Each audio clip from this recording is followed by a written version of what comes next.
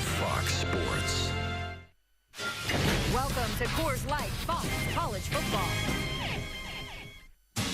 With a running back talking Heisman, a great coach who has rebuilt the program, and a brand new stadium on the way. Optimism is high on the banks of the Brazos. Baylor starts its 64th and final season at Floyd Casey Stadium against FCS foe Wofford. Right now on Fox College Football.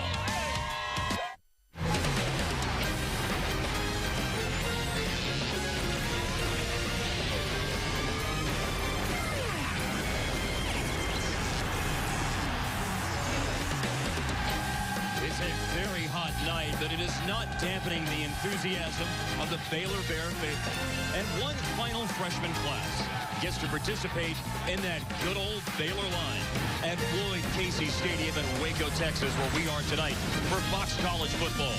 The Wofford Terriers take on the Baylor Bears. Thanks for joining us. I'm Mark Followell, and it's a great night to be in Waco, Texas, because they are very optimistic this year about the Baylor Bears. Why? Because they're coming off 25 wins in the last 3 seasons. That's the best 3-year run in the history of the program. The architect of it is Art Briles, and Art Briles' system produces great quarterbacks. My partner in the booth this year will be Brian Baldinger. And Baldy, when you talk about these quarterbacks for Art Briles, it's Kevin Cobb and Case Keenum in Houston. At Baylor, of course, RG3. Last year, Nick Florence. Next up in line, junior Bryce Petty. So nothing to it, right? I mean, look, Bryce Petty's been here for 4 years, Mark, and he's dreamed about this night for a long, long time. And tonight, he just needs to take a big breath. I mean, he is a big kid. He looks like a linebacker out there, but he's got a lot of help around him, Mark. He's got running backs and receivers and line. They're going to help him out tonight. Just allow the game to come to him tonight, and he'll be just fine. The Wofford Terriers are from FCS. They're 5th in the preseason poll, but they are a good football team. J.C. Pearson is the 3rd member of our crew. Let's welcome him in to talk about the Terriers. J.C., I said this is a good football team, but the way they go about doing things, they're a throwback team, aren't they? Yeah, they sure are, Mark, because they very rarely throw the football, and that's very odd in this day and age in college football. They call their offense the wing bone, and it is a true triple offense, and they feature the fullback, Donovan Johnson. This kid has run for over 1,700 yards in his career. They expect this young man to have a great year this year, but it's got to start tonight if Wofford's going to have any chance of beating Baylor. The Baylor Bears take the field for their first game of the 2013 season. They're 4-1 in openers under Art Briles. They hit the field here at Floyd Casey Stadium, and we'll have the kickoff of Baylor and Wofford. Fox College Football is next.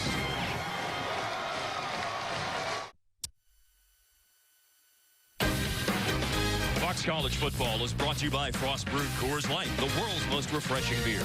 By Academy Sports and Outdoors, right stuff, low price, every day. And by Ford F-Series, America's best-selling truck for 36 straight years.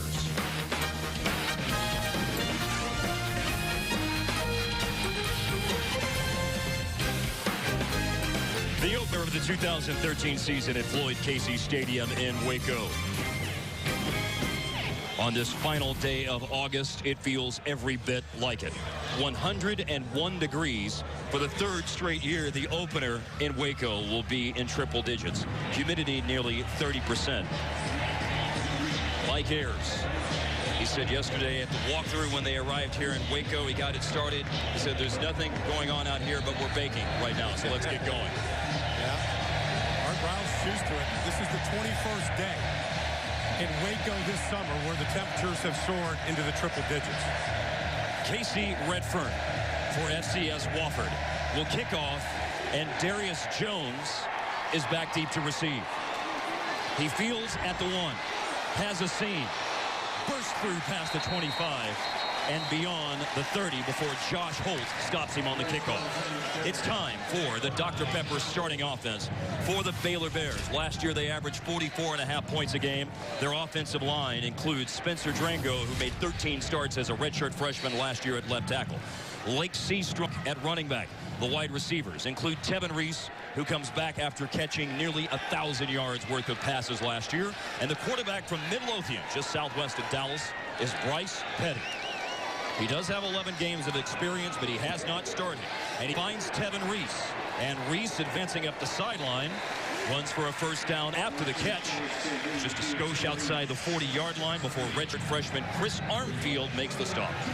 And the Baylor Bears, they do not huddle up. They just come onto the field, they line up, and they play as fast as anyone in the country. 19.7 seconds between snaps last year. They throw to the right, and Antoine Goodley, who caught 17 balls last year, is able to break a tackle and advance the ball quickly into Wofford territory. He's finally forced it. They'll spot him around the 35-yard line of Wofford. Well, look how wide they are. I mean, they use all of the field. And so they're the super spread option where you got to defend them horizontally and vertically. And it is a fake handoff. No, they will hand off. It's Seastrunk off the right side. James Zottel brings him down. 3 plays, 3 first downs. The ball down to the Wofford 22-yard line on the run by Seastrunk. Well, I'd say that any concerns about Bryce Petty making his first start at Baylor already have been quieted. You can see how quarterback-friendly the system is. Throw it to the sidelines and put it in the hands of a track team out there. 2 passes, 2 completions. And a second run for Lake Seastrunk at the Wofford 22. Short gain of 2 yards, and Baylor will be looking at a second down for the first time of the game as inside linebacker Kevin Thomas, a junior, makes the tackle for Wofford. Wofford just made their first substitution in this game, just substituted a defensive lineman, trying to keep those big hogs up front as fresh as possible. Petty hands again. Seastrunk to the corner. Breaks 1 tackle. Stumbles down the sideline. Baylor looking at 1st and goal. Well, Seastrunk is a great story. I mean, the guy that was recruited to Oregon, didn't work out, came back, redshirted, got on the field in the second half of the season, as good a running back as there was in the country, and he's the perfect complement in this spread offense if he can just get off the field in time right now. Baylor moving quickly. 4 plays on the drive, now 5 at the 8-yard line, a handoff inside, and a touchdown for Baylor. That was quick, marching right down the field. They score their first touchdown of the year. Glasgow Martin, who ran it in 15 times last season, does it here. Well, I mean, they gave you everything. They gave you a spread option. They gave you inside dives. They spread you out. And really, Wofford right now, this is the worst thing that could have happened to them. To come in here on this hot night and have Baylor score their opening drive that quickly. Martin coming off a broken ankle in the spring. They're still working him back into shape, but his first touch is a touchdown. Heard it in a pickup basketball game. Aaron Jones, senior kicker, 71 of 71 on extra points last year. He got a lot of work, and a minute and a half into the game, he's on the field to kick the extra point after this Glasgow Martin touchdown for Baylor. A very quick drive for Baylor. Not even 1 minute and 30 seconds off the clock, Baldy. Well, Glasgow Martin straight up the middle, right behind the left guard, Cyril Richardson. But just like in the NFL, all touchdowns are reviewed in college. So right there, you see the left knee down, but the ball is clearly at least on the stripe, so it's a touchdown. JC, that was a fast-moving Baylor offense. Less than 15 seconds between plays on that opening drive. Yeah, I'll tell you what, guys. Wofford, they can understand this Baylor system. They can practice against it in practice, but you can't simulate game speed. And from down here on the field, it's like warp speed that Baylor's running in versus Wofford. Like Wofford is running in sand in that first drive. Those guys have got to settle down and just get lined up and try to play good football. The one thing that they will hope that settles things down is their ball control offense. They are a predominantly run-based attack, averaging 59 rushes a game last year, 7 pass attempts. They need first downs. They need to just hang on to the football. The kick by Aaron Jones, he got all of it through the back of the end zone. There was no opportunity for a return for Will Gay. Here's the Dr. Pepper starting offense now for the Wofford Terriers. They're from the Southern Conference. They went 9-4 overall last season. Up front, their returning starters on the line are Ty Gregory, the left guard, a senior, and Jared Singleton, the center, a senior. Michael Harp is the tight end. When they do throw, Jeff Ashley was the leading pass catcher last year. And the 3 backs, Donovan Johnson, Cam Flowers, and Will Gay. And one of the great mysteries for Wofford right up until the first snap of the game is who will be the starting quarterback. It is James Lawson, a junior who threw 31 passes and ran it 49 times last year. He will turn and toss to the sideline on the run. Cam Flowers. Terrell Burt with a tackle. James Lawson threw for 233 yards last year, 20 out of 30. And Mike Ayers, the head coach of Wofford, said that there was about a coat of paint difference between the three quarterbacks. We could see all three of them tonight. Michael Weimer, the sophomore, even Evan Jacks, the redshirt freshman, depending on the situation. Lawson is from Pickens, South Carolina. His quarterback coach was Sam Weish, and they will throw. Oh, and a big hit. A big hit on Will Irwin. Drilled by Ahmad Dixon. Ahmad Dixon, the senior, right from Waco. I mean, he reads this quickly, and I tell you, I just laid out. Let you hear what it's like to be down there on the field. No, they said you're not supposed to leave with the crown and the helmet. That's exactly what Dixon did. He blasted Irwin after the catch. Irwin caught 7 passes last year. Wofford, though, does get a gain out of it. It's 3rd and 1. The keeper nets a first down for Lawson off the right side for 3 yards. It's time for the Dr. Pepper starting defense for the Baylor Bears. Wofford converts the first down against the Baylor defense. Up front on the line, they go with Terrence Lloyd and Chris McAllister, who combined for 10 sacks as defensive ends last year. Bryce Hager, the middle linebacker, was the leading tackler in the Big 12. Eddie Lackey had 4 interceptions. There's the secondary, including Ahmad Dixon, who had the big hit. And inside to the fullback, Donovan Johnson. Up the gut, and a nice run for the Baylor 37 to the 45.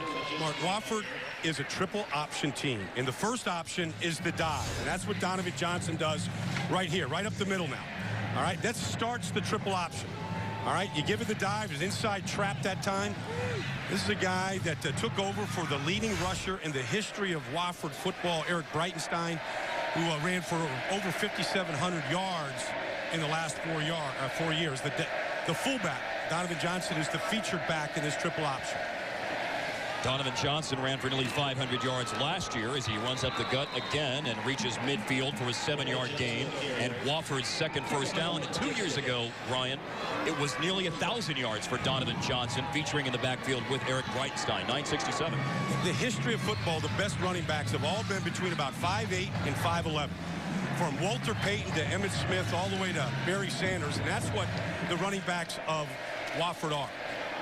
On first down, just inside the 50, Donovan Johnson with a short gain of 2. And I'll tell you what, guys, from down here, watch where the nose tackle's lined up, Baldy, because it seems like Wofford is running exactly in the opposite gap of where he's lined up, because that's that huge hole for that dive and the fullback that you were just talking about. So you see where the nose tackle's shaded. Watch for the dive opposite of where he's at. All right. Straight 40 front right there with the tackles over the guards. Now they shift inside. Down the left side, the pitch. Johnson turns the corner, and the third Wofford first down. Upended out of bounds at the 39 of Baylor by Dixon, who had the big hit earlier on the drive. Well, we have the total contrast in styles here tonight, Mark. We have the hurry-up, fast-paced, electric tempo of Baylor, and they want to spread you out. And then you get Mike Ayers in this slow-down triple option. They look like an academy team. Yes. Like if you're watching the Naval Academy or Army or Air Force or Georgia Tech. This is the style that they prefer, and they believe in their system, and it's been incredibly successful for them. Moving the sticks to the Baylor 39, James Lawson at quarterback. Inside handoff.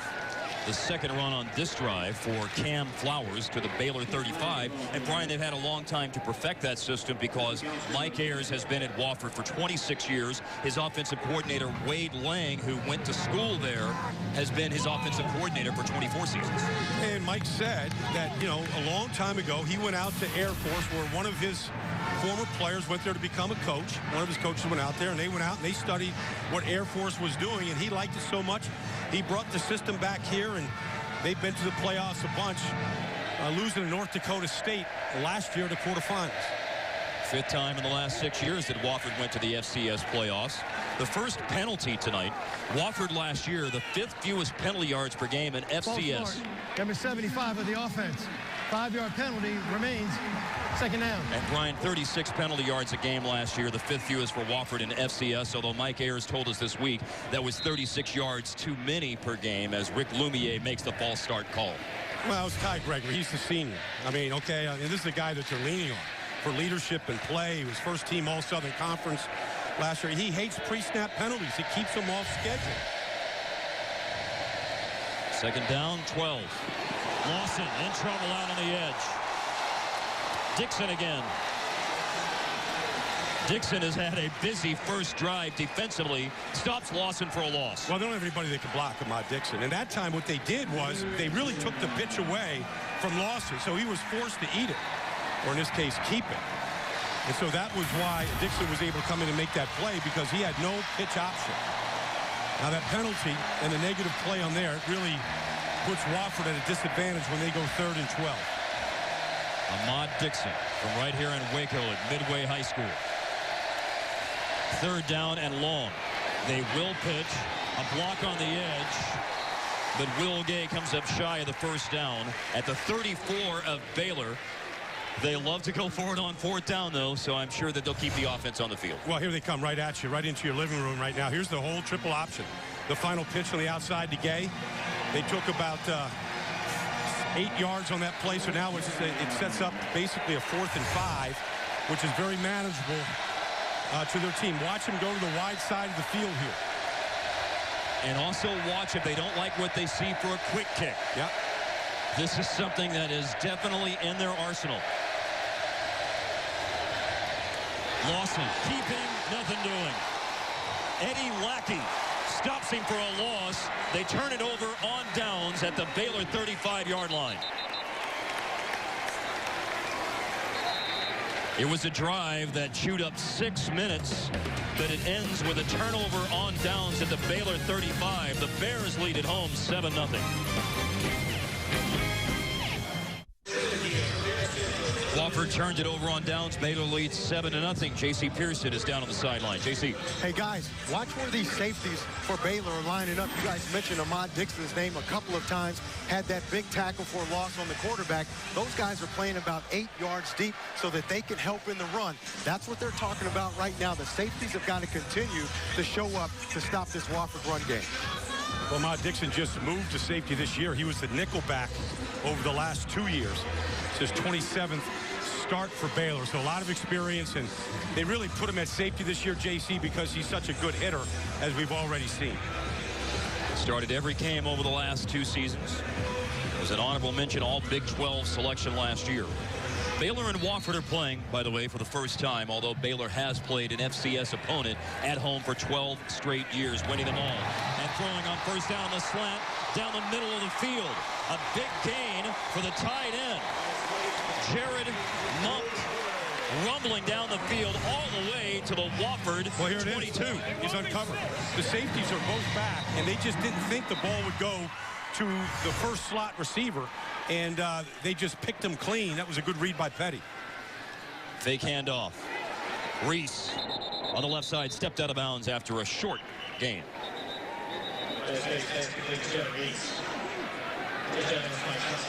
53 catches, 9 touchdowns for Tevin Reese, the senior last year.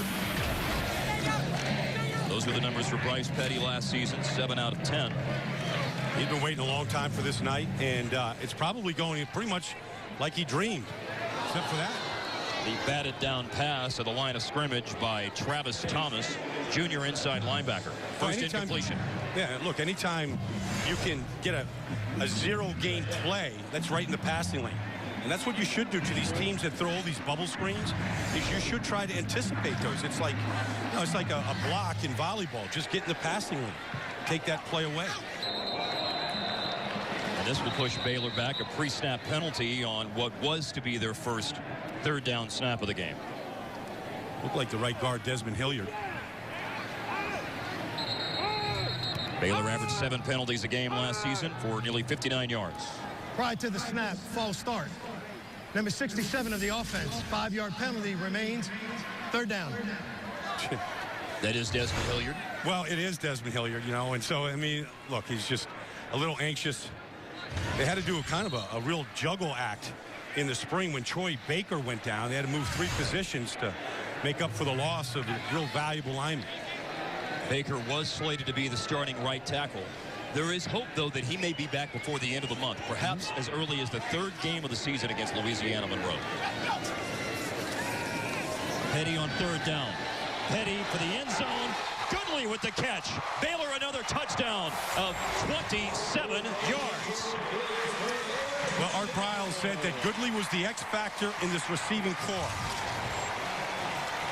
220 pounds, and really the corner of the play, playing zone, just got lost. He just didn't expand wide enough and deep enough.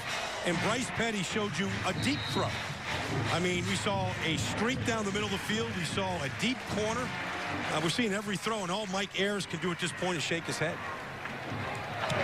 Aaron Jones makes it 14-0.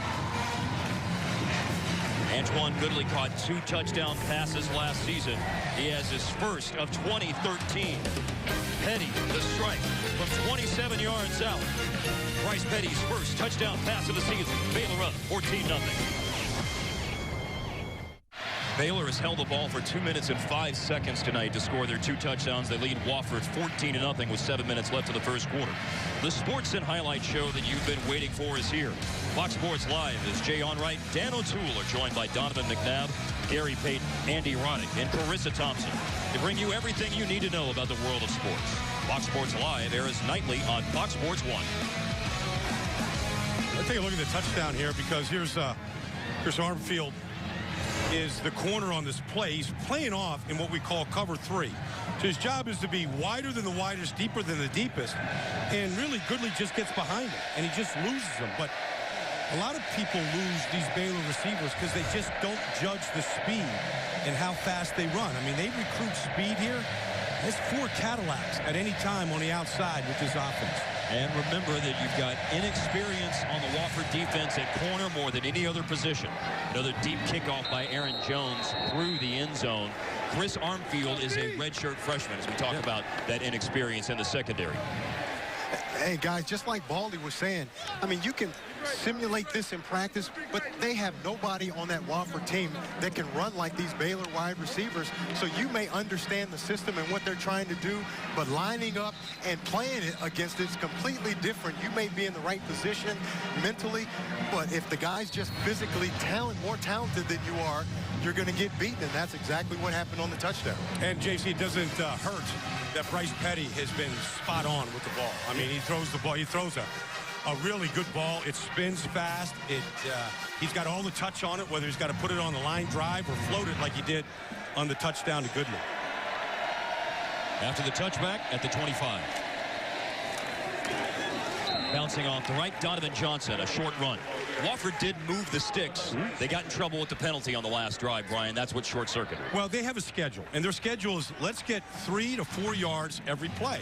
If we get that, we're playing our football. And so on that last drive, the reason why it stalled was they had a pre-snap penalty. And it backed them up 5 yards, and it really knocked them off schedule. I mean, they have to be flawless up here in order to execute the way they'd like against a really talented defense. Right now, only one running back. Bobbled snap. Donovan Johnson eludes one tackle. Ultimately forced out after a 2-yard run. Joe Williams at corner along with Ahmad Dixon. One thing about this Wofford Terrier team, if you're a receiver here, you got to kind of question and maybe scratch your head why you want to come to a team that runs the ball 90% of the time. But when you're not catching it or running routes, you better be able to block. And so Will Irwin out there right now, I mean, his blocking is more valuable than any receiving. Jeff Ashley as well, who did catch 17 passes last season. Not a down they want to be in. 3rd and 7. Play action. Pressure. Down he goes. Lawson is sacked. Several players get to him.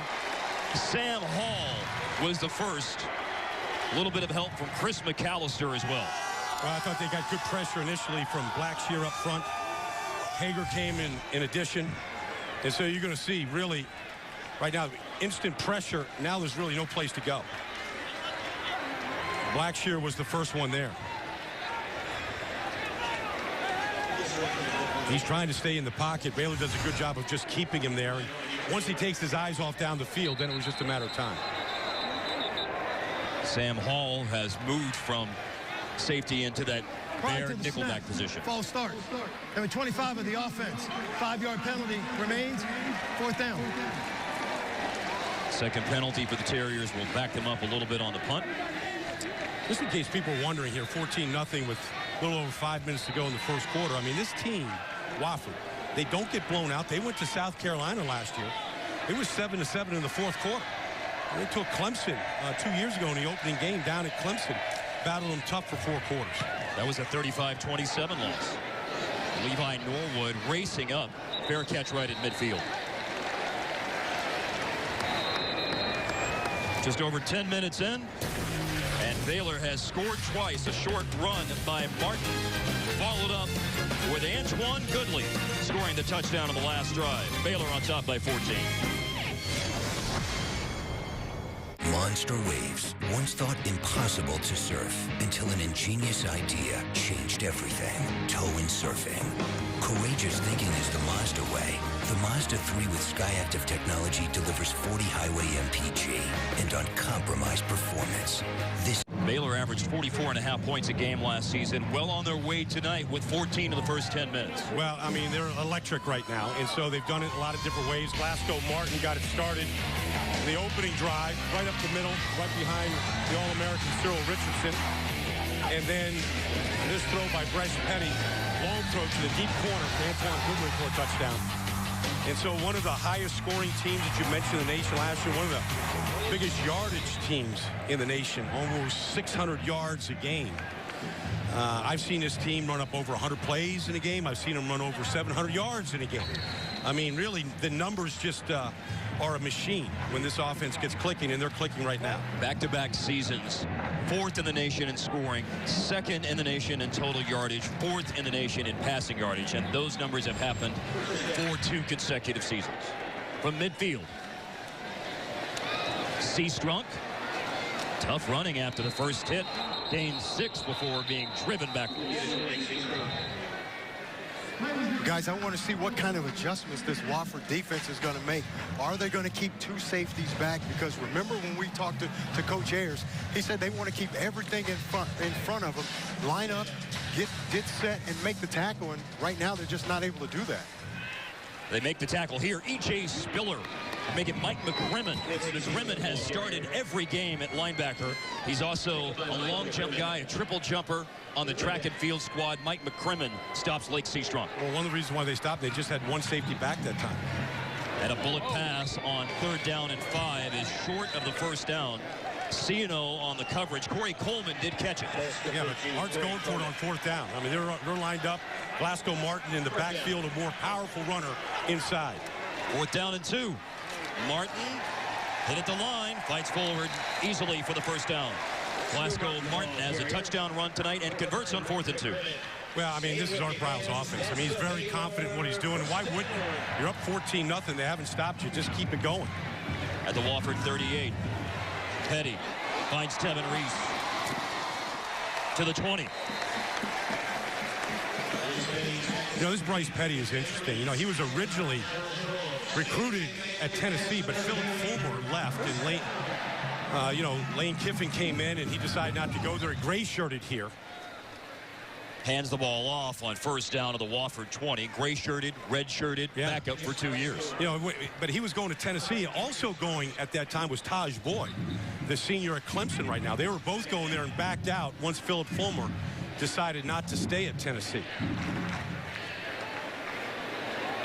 Nearing 3 minutes left in the first quarter. A pass on 2nd down. At the sideline, caught by Goodley. Turns in. Bounces off 1 tackle. 1st and goal. He's out at the 8 of the Terriers.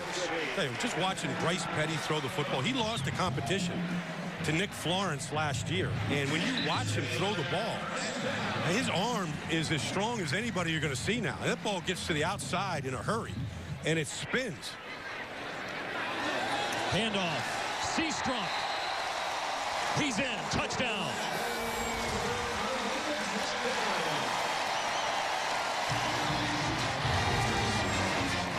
second 8-yard touchdown run for Baylor tonight. Martin had one. Seastrunk scores that one after running it in 7 times last season. Well, these two backs, they call them thunder and lightning. They're exactly that. Martin and Seastrunk. Seastrunk is the lightning. Martin's the thunder. And really, both of them have scored already. They're going to get the ball in tandem all year long. Aaron Jones, as noted earlier, perfect last year on extra points. 21-0 lead as we're just inside 3 minutes left in the first quarter. It was the passing that set them up here. Another catch by Antoine Goodley. Yeah, and Goodley right now is just sitting on the outside, puts that foot in the ground. Now he's looking for extra yards, runs over, arm field there, and that sets up Lake Seastrunk for his first touchdown of the season. Great vision, good cut, and a guy that has pronounced himself a candidate for the Heisman throughout the offseason, and now he wants to go out there and back it up. The production was there late last season. He ended up with 1,012 yards last year. But what he did over the final half of the season was very, very special. We're talking about 830 yards in the last 6 games, 637 in the last 4. Well, it really started the night that they upset the #1 ranked team in the country, Kansas State, right here. And really, Baylor was a different team once Lake Seastrunk got into the backfield and really gave that offense that type of balance.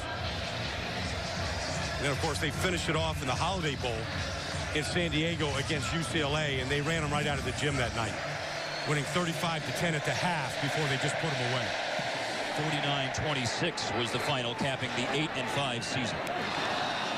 And that ended the year for Baylor with a bowl victory in 2 straight seasons for just the 2nd time in school history. You know, Mike Ayers said that of all the teams he's played, the high Division I level, he said this one scared him the most because of how explosive they are. Offside, number 14 of the kicking team. The 5-yard penalty will be added to the end of the run. First down. Wofford trailing as they take the field on offense, down to Baylor 21-0. Now, this is a Wofford club, as we told you earlier on. These guys defend and they run the football. That is their MO, and that's what they were hoping to carry them to a better showing than what we've seen so far tonight. Last year, 350 rushing yards a game, 2nd in FCS, fewest passing yards in FCS, and in FCS their scoring defense was the 7th best, allowing 16.6 a game. Yeah, but they're not really going to change too much of what they're going to do. They change quarterbacks right now. In there is Michael Weimer, who's a much better runner than what Lawson is. Donovan Johnson gains 3 on first down. Trevor Clemens Valdez in the middle wraps him up after the short run. Well, there was a very close competition throughout the spring and the summer as to who's going to start at quarterback. But, you know, Wofford told us a couple of times that they weren't afraid to play any of 3 quarterbacks tonight. And Weimer's a bigger kid. He's 6'5", he's 220 pounds, and he's a much better runner than Lawson. And here he will throw. It's batted down. It's intercepted. A run back for a touchdown for Chris McAllister. McAllister scores for Baylor on defense.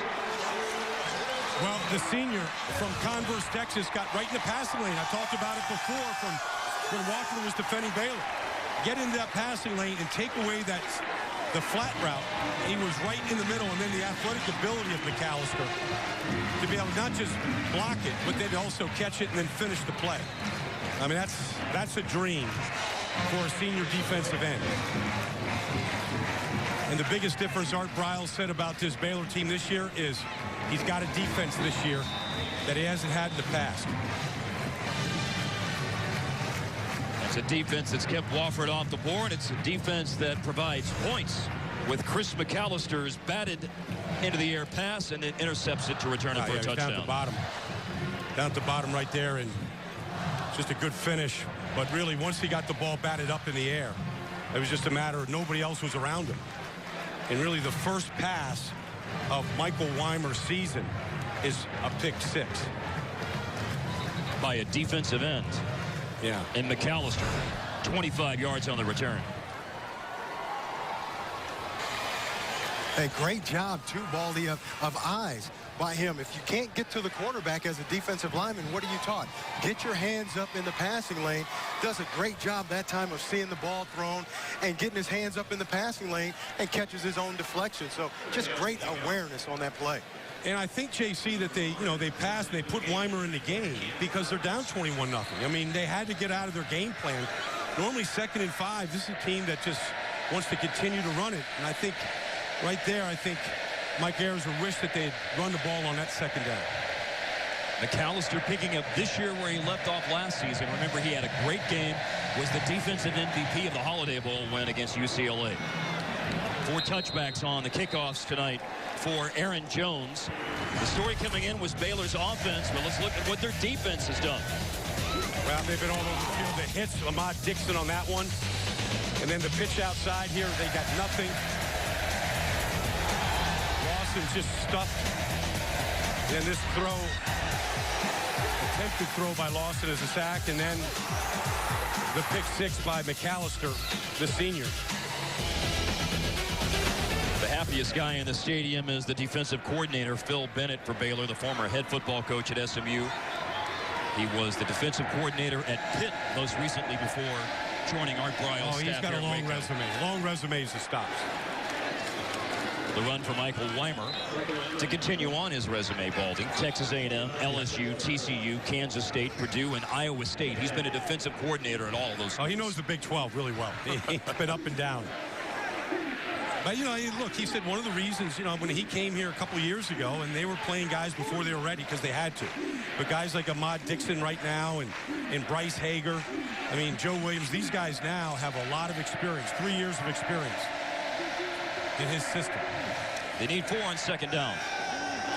Weimer in trouble. Oh, almost picked again. And again, almost by a D lineman. Bo Blackshear on the ground had hands on it. Well, Bryce Hager came from his middle linebacker position as soon as Weimer broke the pocket. And he's going to get pressure on him and force him into this bad. Well, that's just a bad throw. Across the body, late in the middle of the field. Usually bad things happen when you do that. But that's what Bryce Hager has been doing for a while here in Waco. Had 4 sacks last year. As noted earlier, led the Big 12 in tackles. 124 last season. Hager put on the pressure, and you saw Blackshear nearly had the pick. 3rd and 4. Pitch. Room on the sideline for Cam Flowers. That's their offense. That's a reverse triple option. Faking the dive one way and then doing the reverse on it and coming out with the quarterback, halfback option, and he pitched it perfectly that time. Octavius Harden was the pitch man. The sophomore ran for 116 yards last year. A little easier to play defense out there when you're up 28-0 in the first quarter. You take some chances. Quick turn and toss. A lot of room. Ray Smith picks up a 1st down just beyond midfield and into Bears territory at the 49. Well, just the way in some offenses in this country, you got to know 8 receivers. When you watch Wofford play, you got to know 8 running backs. And they play a lot of them, and they rotate them. That was Ray Smith, number 22, Will Gay, Cam Flowers, Octavius Harden, Donovan Johnson, among the names that you'll hear at the running back position tonight, either halfback or fullback. Harden on a toss, stumbled. Short gain, 1, maybe 2. Wofford is right there in Spartanburg, South Carolina.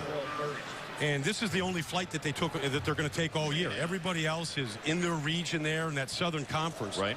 So they took a charter flight into Waco, directly into Waco last night. I just think there might be just a little jet lag that's set in on that flight, the way this team has gotten off to a sluggish start. And they will jump right into Southern Conference play next week against the Citadel. Inside handoff, Donovan Johnson. Gain 3. They will be looking at 3rd down and 6 when the 2nd quarter starts. It was everything that Baylor would have hoped for, everything that Wofford obviously was not hoping for. It's 28-0 first quarter for Baylor, including the defensive touchdown by McAllister, 2 runs and a TD pass. You're watching Fox College Football. Fox College football is delivered by UPS. Let UPS put the power of logistics to work for you. And by Whataburger. Try one of Whataburger's all-time favorites, 24 hours a day.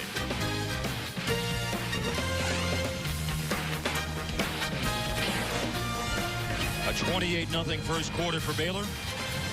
The second quarter starts at Floyd Casey Stadium, where Baylor has gone 16-3 over the last 3 seasons. 5-1 last year, 9 straight wins in non-conference games here at Floyd Casey. And this is the last year they play in Floyd Casey Stadium. They've got a new one being built just down the road, right off of 35, the most trafficked road in America.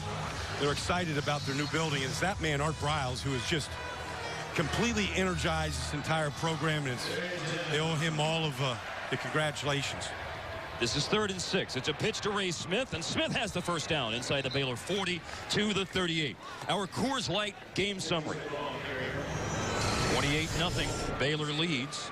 They scored touchdowns on their first 3 drives. Bryce Petty, 113 yards passing. They outgained Wofford 190-76. Yeah, but you know, Wofford can't panic here. It's 28-0, but they gotta, this is their first game of the year. They gotta work on what their offense is, which is exactly this. Take their deep shots.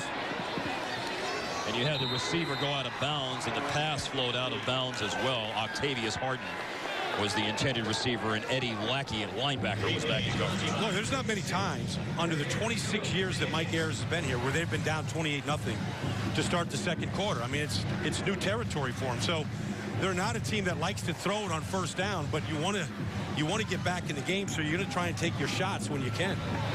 In the last 11 seasons, they've had a winning record in 10 years. 90-43. They've won 68% of their games in the last 11 seasons. There's a marker down here on 2nd and 10. Prior to the snap, false start. Number 77 of the offense. Penalty will be 5 yards. Remains 2nd down. See, that's a freshman, Anton Warby. I mean, they're a team that is really competing at the offensive line position at the right guard, right tackle spot. He's the big spot for him right now on the road at Baylor. And those pre-snap penalties just kill you on an offense that is so run-based. A foreign exchange student from Sweden, yes. Anton Warby. He went to Lexington, Kentucky, and has now found his way to Wofford College in Spartanburg, South Carolina. He's getting a lesson in geography. 2nd down. Weimer slipped on the drop back. The ball squirts out. Baylor is recovered. Wofford's 2nd turnover. Get out of the way. Get out of the way. There's some excitement on this defense. I think the defense is saying, you know, everybody wants to talk about the offense, but what about us?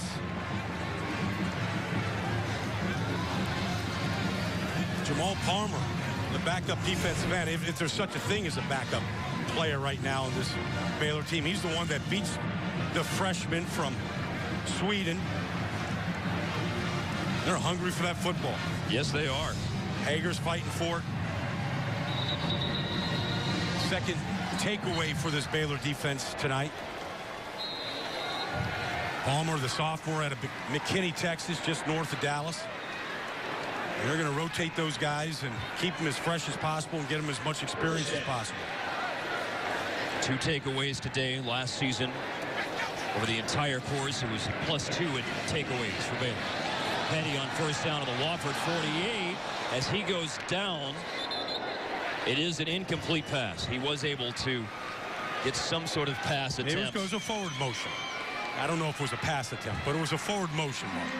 That's a good football player right there. We haven't mentioned his name. Alvin Ciano. He's this senior, and he's kind of like their do-everything guy. He's been quiet so far. As a matter of fact, he's our Academy Sports and Outdoors right stuff player. Well, they should be. I mean, he's the best linebacker in the Southern Conference. And when you watch him play, he looks like he belongs in the SEC.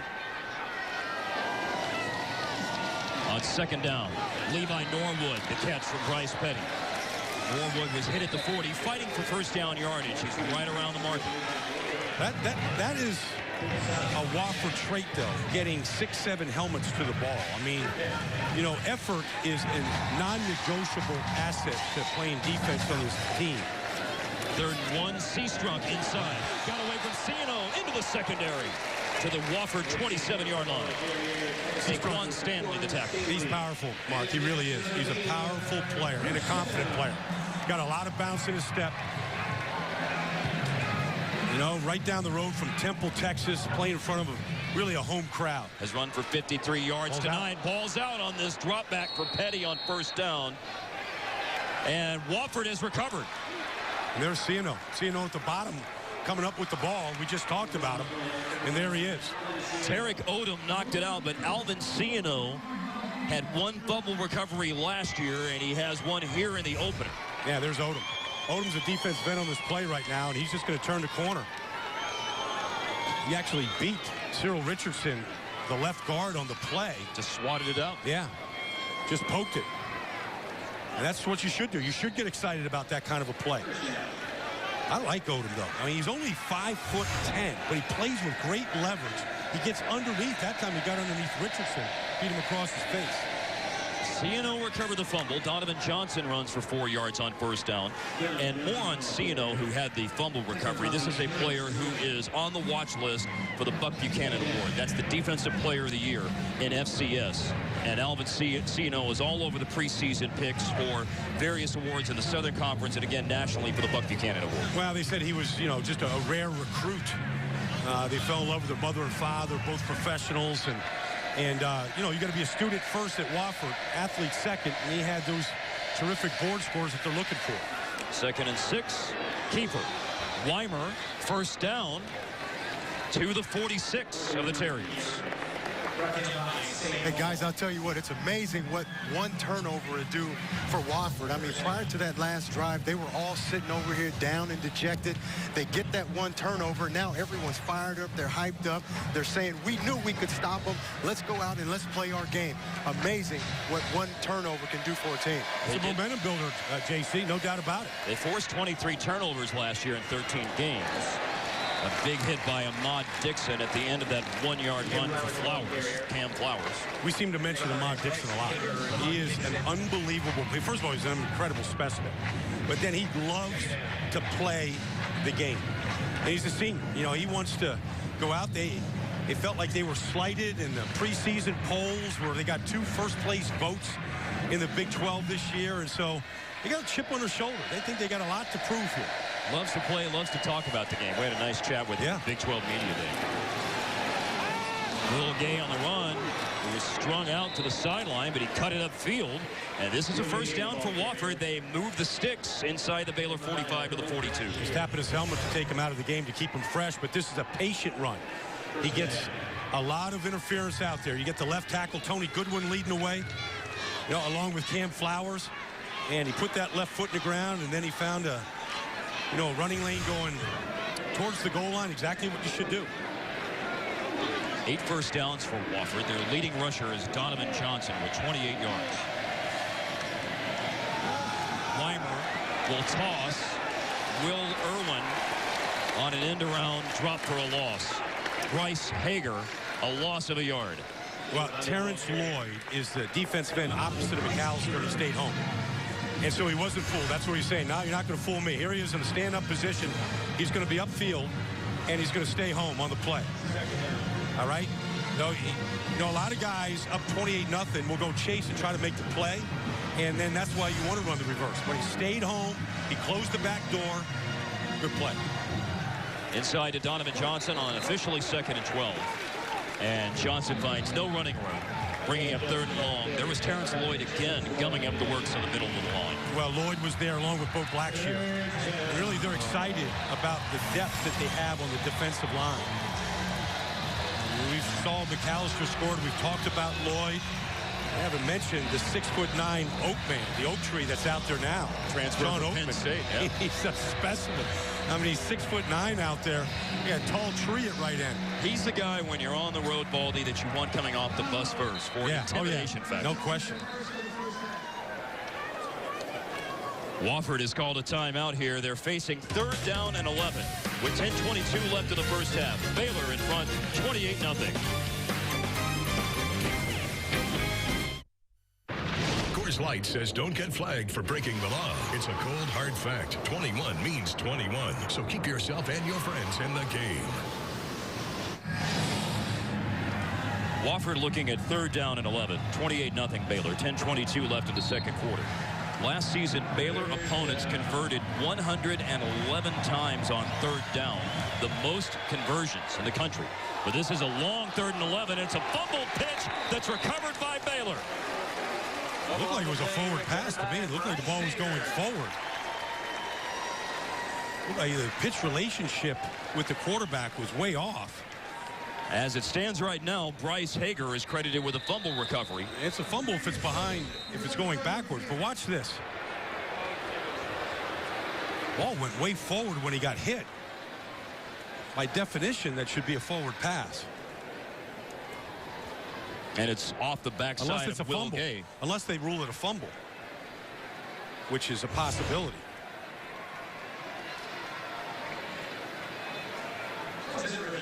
The play is going to be reviewed with 10:15 remaining in the second quarter.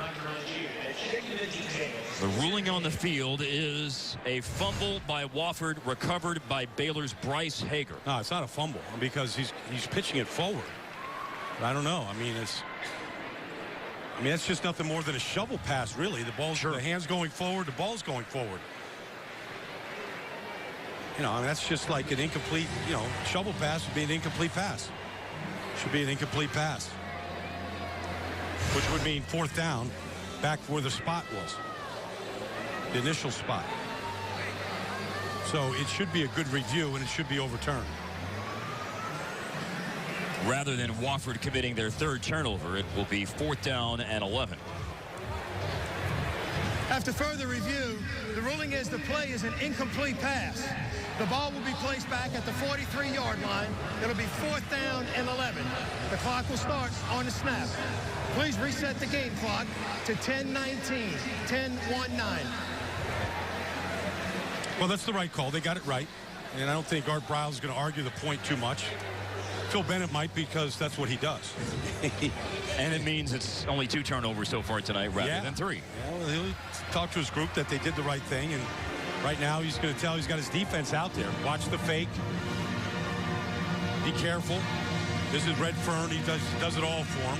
Place kicking off and punting. 40 yards of punt last season. Sure-handed Levi Norwood is back deep to receive.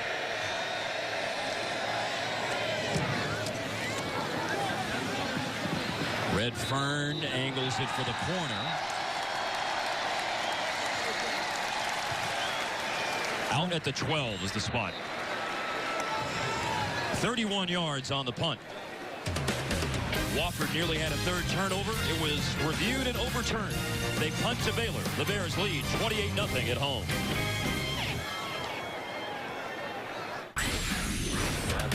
Let's see how things are looking in the Georgia Dome. Alabama leads Virginia Tech 35-10 in the 4th. At this point, junior receiver Christian Jones returns this kickoff 94 yards. And get this, his other special teams touchdown was a 72-yarder. Bama rolling. Back to you in Waco, Mark. Thanks, Aaron. Here in Waco, Baylor leads Wofford 28-0. 10-12 left in the second quarter. Low snap on the shotgun to Petty. Picks it up and runs. Does a nice job of making something out of nothing, and then a late hit by redshirt freshman defensive end Hunter Thurley hit him out of bounds. Just a little too aggressive, and sometimes when the play is broken like that, you're just trying to finish it. With a late hit out of bounds against the defense. The penalty would be 15 yards from where the play ended. 1st down. Well, Bryce Petty, he's got to be able to pick up that ball. But one thing about this guy, I said he looks like a linebacker. And you got to take a hit a little bit better than that. But he is sturdy. So that kind of hit's not going to bother Bryce Petty. He'll take the 15 yards. After he had run for 8 yards. Seastrunk finds a seam into the secondary for a 1st down. Over the Wofford, over the Baylor 45, that is. 11 yards to the 46 as we check the Mattress Firm All-Access Update. Bryce Petty, 8 of 9, 125 yards, a touchdown pass. Go back in the backfield, 5 wide receivers this time. Antoine Goodley caught the touchdown pass from Petty earlier. He catches this pass and is into Wofford territory. An ankle tackle by James Zotto takes him down inside the Wofford 40. 16 yards. Powerful guy. I mean, 220 pounds. He breaks a lot of tackles. At the 38. Jordan Niver, the intended receiver, pass incomplete. Tell you what, they've gone to this 5 receiver package, guys, and the ball is coming out real quick, but the defensive backs of Wofford are giving them room. Their concern right now, what they're talking about is don't give up anything over the top, so they're giving up all the underneath stuff. And here's another underneath pass. Jay Lee, his first catch. And then they bring him down after a short gain, only 3 yards, Chris Armfield. Well, that was a great play by Armfield because he beat the block of the wide receiver first, and then after that, he made the open field tackle. If he doesn't make that tackle, it may be another Baylor touchdown. At the Wofford 35, they're in field goal range. Last year against Oklahoma, Aaron Jones had a 58-yard field goal. Right now at the Terriers 35. Baylor on 3rd and 7. They converted 46% last season. Inside handoff, they'll convert here. Seastrunk was hit at the 30, but fights forward to the 26 of Wofford. Hey, look at the left guard. Cyril Richardson seal on the backside here. He is a mammoth man, can move and change the line of scrimmage. Makes everybody around him, Huber and Drango, better. Another low snap to Petty. He'll run on first down inside the 25. Cyril Richardson, we were speaking of a moment ago, 68, the left guard, is our Academy Sports and Outdoors right stuff player. He has a great chance, Baldy, at being a first-round pick next spring. I think so. I mean, they've had a couple of them. You know, Jason Smith was a first-round pick of St. Louis 5 years ago, and Danny Watkins 3 years ago in Philadelphia, first-round pick. He could be the next in the line. Glasgow Martin inside from the Wofford 24, gains 5. You know, Richardson's interesting. You know, he was from New Orleans. And when Hurricane Katrina hit in 2006, his family uprooted, moved to Fort Worth, where he went to high school, and then recruited here. He's 6'5", 335. And he, among others, plow the road for Glasgow Martin. Off the left side of the Wofford 15. Alvin Ciano tackles, but this is Wofford-like football with just this grinded-out running game here. But that's also Richardson-like football. I mean, that's what he loves. Just pound it inside right over him with double-team blocks. 9 plays on the drive. There it is. Martin, again, powering forward. Inside the 10. Hey, guys, the other thing about keeping those 2 safeties back in that shell is you only have 7 guys in the box. And Baylor, they're a lot more balanced than people think. They think they're all past. They love fun, and they're just going to continue to pound. And they run again on second down. The numbers last year, to follow up on JC's point, in games last season, 46 rushes on average, 37 pass attempts last year for Baylor. Well, it almost seems like in this series, they're just working on the inside run game. I mean, they just brought an extra offensive lineman in the field. Whenever you see Jordan Niver out there, he's a great blocker at tight end.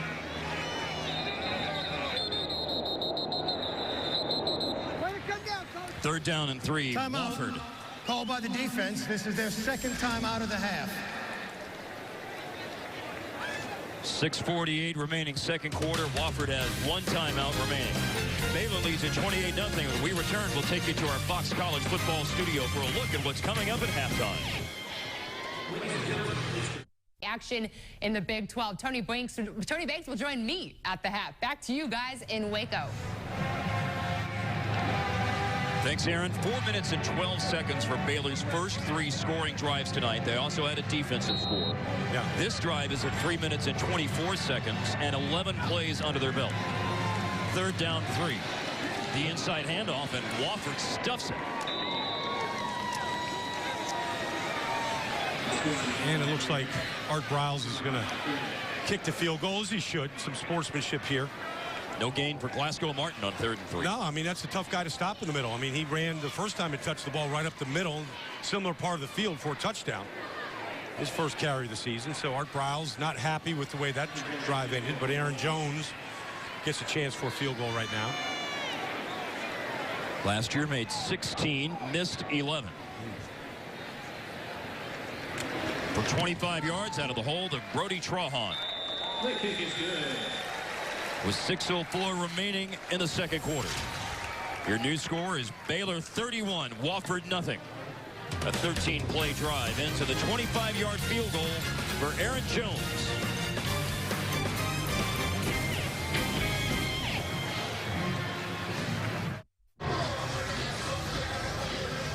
Mark Followell, Brian Baldinger, J.C. Pearson at Floyd Casey Stadium in Waco. 31-0 Baylor leads. Here's tonight's Coors Light Cold Hard Facts. Wofford College in Spartanburg, South Carolina, established in 1854 with an enrollment of 1,600, second smallest school in FCS. Only Presbyterian College in Clinton, South Carolina is smaller. The average SAT score, I know you can appreciate this as a man from Duke. Yes. 1247. It's pretty high. It's pretty high. And really, none of this would be possible at Wofford without the generosity of Jerry Richardson, the owner of the Carolina Panthers, and a Wofford graduate, and a great supporter of the Richardson building. Really supports all the football operations there in the home of the Carolina Panthers in the summer. Really vital in terms of the move from Division II to then 1AA, now FCS. A touchback on the Aaron Jones kickoff. JC. I'll tell you what, guys, this Wofford defense has played much better in the second quarter. I think in that first quarter, it took them a while to get adjusted to the speed and tempo of that Baylor offense. And here on the Wofford sideline, all they talked about was just calm down, settle down, don't get discouraged, and then make the play and the tackle when you have the opportunity. They've done a much better job of that this second quarter. Well, you're right, JC. I mean, they got the takeaway on the fumble out of Petty's hands, and then they held Baylor to a field goal in the last drive. And so, well, they gave up 21 first quarter points. Of course, one of the touchdowns for Baylor was an interception return for a touchdown. They've only given up a field goal since. 5 yards tacked on for offside on Baylor on the kickoff. Now Evan Jacks, the third quarterback of the night, and a pitch to Will Gay flies over his head and out of bounds. See, for Wofford, they call that a pass. I mean, it's a run technically because it is a pitch from Jacks. He gets exactly what he wants with Gay. Gets him in the right position here on the outside. He brings the defense to him, just like a point guard. And he made the pitch just a little bit behind him, but you would expect that. I mean, Evan Jacks, that's the first play of the game for him, so he's trying to figure out game speed in the middle of the second quarter. Redshirt freshman from Johns Creek, Georgia. A run for Evan Jacks, and you could hear it. He was crunched after a gain of 3. Guys, remember Coach Ayers telling us that Evans Jacks is the most talented of all 3 quarterbacks. He just has no experience. They don't know how he's going to react in a game situation. He gets his opportunity now, but on the first play, it's a bad pitch right out of the gate. He's got to settle down, make all the right checks and all the right reads because he's got more ability than the other 2 guys. He ran for 3 yards. There's the other 2, James Lawson along with Michael Weimer. We've seen both of them in the first 20 minutes of the game. 5 minutes left in the first half, 3rd and 7. A toss and knifing into the backfield to stop Ray Smith. That was the oak tree. Sean Oakman, the big man, the transfer from Penn State, finally getting his chance to play here at Baylor. Well, he just has the wingspan of a condor. And I mean, here he is on the outside. He's just going to see this pitch right away. He's playing it. And so, I mean, he's just out there in space. Nobody blocks him. Of course, they're optioning off him. But he covers so much ground. I've played with a guy, 6'9", 270 pounds with the Dallas Cowboys, Too Tall Jones. Yes, and sir. Physically, that's probably what Too Tall looked like when he was playing his college days at Tennessee State. Levi Norwood is back. Marker down. Prior to the snap, false start. Number 25 of the offense. 5-yard penalty remains. 4th down. The Baylor basketball team, the men's basketball team last year won the NIT. Yeah. Sean Oakman is 6'9", 270. Surely there would be a place for him there, right? Well, he played basketball growing up in Philadelphia, Lansdowne, Pennsylvania. So you would think that I know he could probably dunk. I know he's got a dunk. He's got that part covered. Yeah. 29 yards, the average on the first 2 punts for Casey Redfern. Levi Norwood will get a chance to return here. He averaged just over 10 yards per return last season and has a 9-yard return there with 3:49 left in the first half. Introducing Crowd Goes Wild with Regis Philbin and a cast of former athletes and journalists that will talk about things you won't hear on other shows. Sports talk just got a lot more colorful. Crowd Goes Wild weekdays at 5 Eastern Time on Fox Sports 1. Reed just never retires. I mean, he just shows up at a different place. He entertained all of us out in Los Angeles at our Fox seminar last month. The Energizer Bunny just keeps on going and going. Incomplete pass.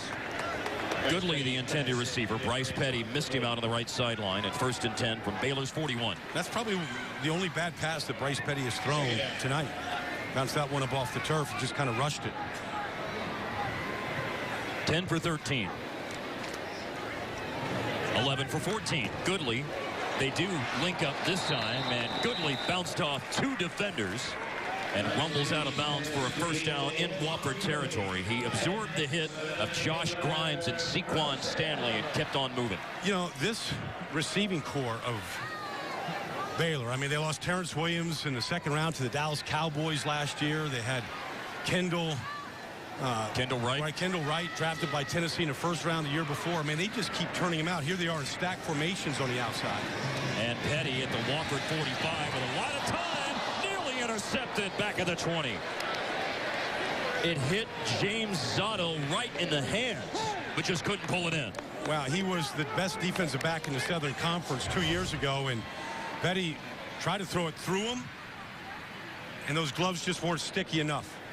I guess it hit him in a bad spot, but he'd love to have that ball back because that was a bad throw by Petty, and it should have been an interception by Zotto, and one that they really could have used at this point. 2nd down. Seastrunk stays in to block after the play fake, and a bullet. Reese caught it, spun off a tackle, driven out at the Wofford 23. Kevin Thomas. Kevin Reese, who played with Lake Seastrunk at Temple, you could see just ran the corner all the way off. They're so worried about his speed. He runs a stop like that, he's wide open. Seastrunk with a handoff. Big hole. Cuts inside. He will score. Lake Seastrunk. The touchdown of 23 yards. Can you imagine what that high school team was like? Kevin Reese and Lake Seastrunk in the same team. Just down the road in Temple. Yeah, that must have been some Friday night lights in Temple when those two were there. Seastrunk is a guy that he just runs away from defenders. His flat-out speed and then his vision with it. He's special. He's averaging over 8 yards a carry tonight, and that's what he averaged the last 6 games of the season last year. 10 carries, 96 yards, 2 touchdowns. The stat line tonight for Lake Seastrunk. Aaron Jones hits the extra point. Seastrunk coming at you on the touchdown run. 38-0. Baylor leads.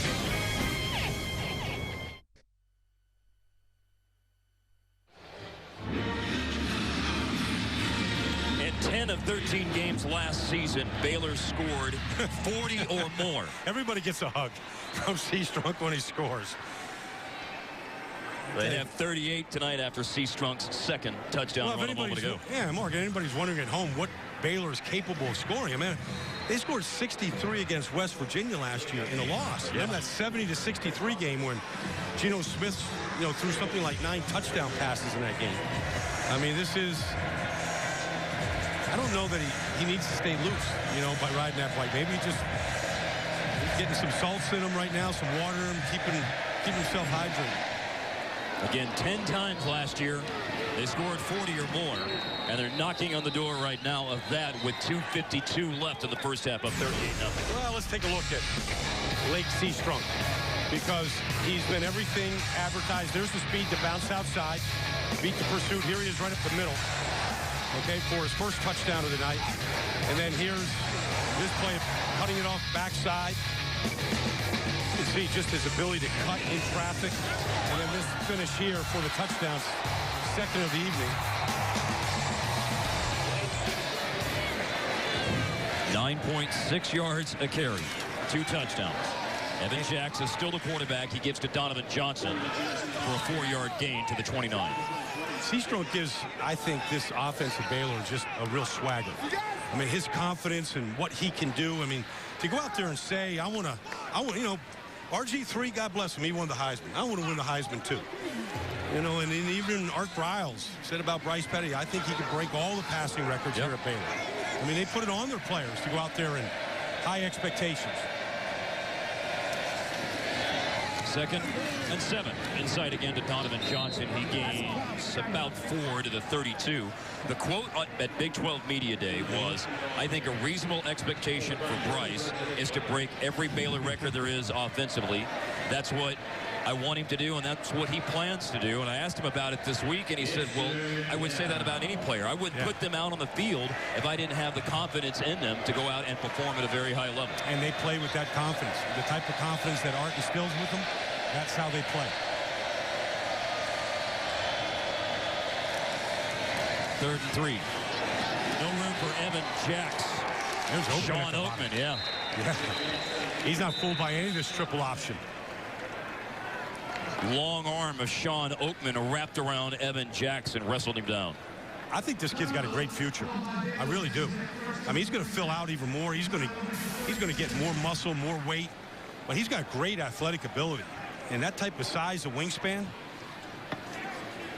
I look for him to put him over at left end, where he's really in the passing lane of most right-handed quarterbacks. I mean, he could really discourage a lot of throws with tall oak trees in the middle of the line like that. Baylor a timeout. 1:37 remaining in the first half, with the Baylor Bears up 38-0. We were speaking earlier about Lake Seastrunk and his confidence, and putting out there that he is a Heisman Trophy candidate, thinks he will win it. This is what he did last year to boost that confidence. Last 4 games, top rushers in the nation. Lake Seastrunk led the way over Monty Ball and Eddie Lacy with 637 yards, 9 yards a pop. And look at the companies with him. Monty Ball right now with the Denver Broncos, and Eddie Lacy, you know, with the Green Bay Packers. I mean, that's the type of player that he's going to be at the next level. Heavy rush. Redfern got it away on 4th and 5, the punt. Inside the 30, backpedaling. Levi Norwood spinning. Down he goes. Good coverage. They went after it, didn't they? And they got close. Let's see. I tell you, Redfern, this is good poise by him, because I think he could feel it. A couple fingertips away. Little acting job at the end to maybe get a 5-yard penalty. Which would have put them right at what they needed for a first down. I mean, that's what veteran punters try to do, try to draw that penalty.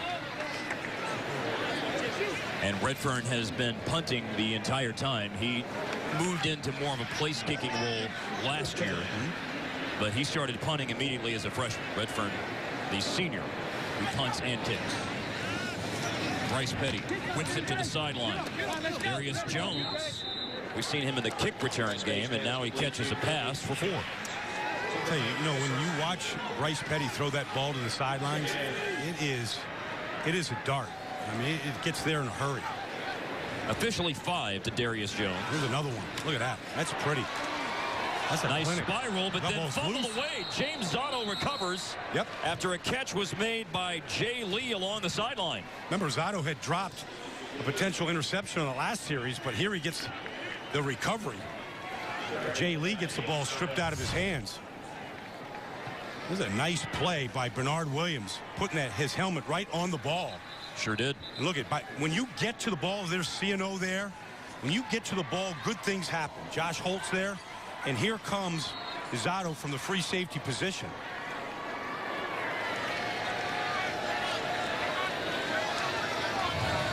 A nice play by Wofford, hustling after the ball and stopping Baylor again. Now what can they do with the turnover with 56 seconds remaining in the half?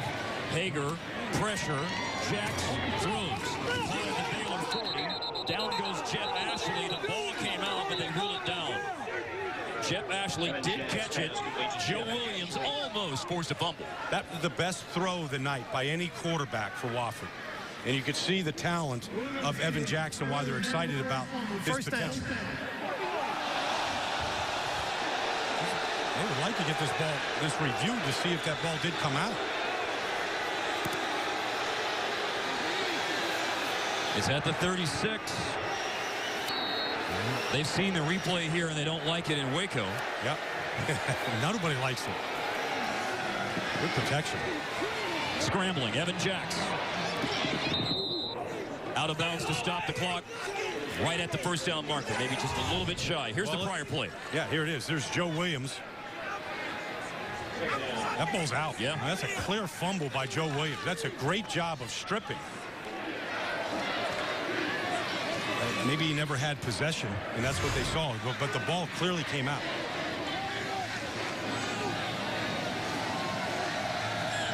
Evan Jacks scrambled for 9. Play fake, 2nd and 1. He got out of bounds to stop the clock, but now he has to eat it at the 30, a loss of 3, and the clock will run. Wofford has 1 timeout. They'll take it. Sacked by Chris McAllister. Terrence Lloyd was there as well. Remember, McAllister had the pick 6 earlier. 38-0 the lead for Baylor. Coming up on Fox College Football Halftime presented by Arby's. Aaron Hardigan and Tony Banks are in the studio. Johnny Manziel, the Heisman Trophy winner, back in action with a bang in the second half today as Texas A&M hosted Rice. And Rolling Tide, #1 Alabama. We heard the game break update earlier, 35-10 lead over Virginia Tech in the second half. Mark, I mean, an hour and a half away in College Station today. I mean, I was so excited watching Johnny Manziel take the field because his first play was a Johnny football scramble for a first down. The 3 touchdowns hit receivers in stride. He looked like he was just having so much fun out there, and all of the noise that he generated throughout this offseason, and there was plenty of it. It seemed like he never paid attention. He wasn't affected by it at all. And I think, look, you and JC can both speak to this.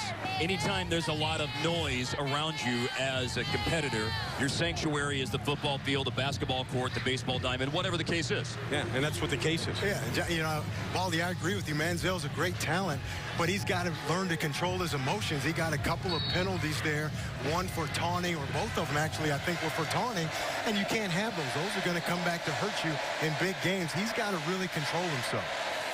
Wofford is out of timeouts, 3rd and 4. They complete the pass from the Baylor 30, spinning inside the 20. Will Irwin, he's caught a couple of passes. He's also run once today as well. Bryce Hager made the stop. I tell you, for Evan Jacks, first time playing football, he looks like he knows what he's doing here. Clock is running, 20 seconds. Incomplete. Jeff Ashley.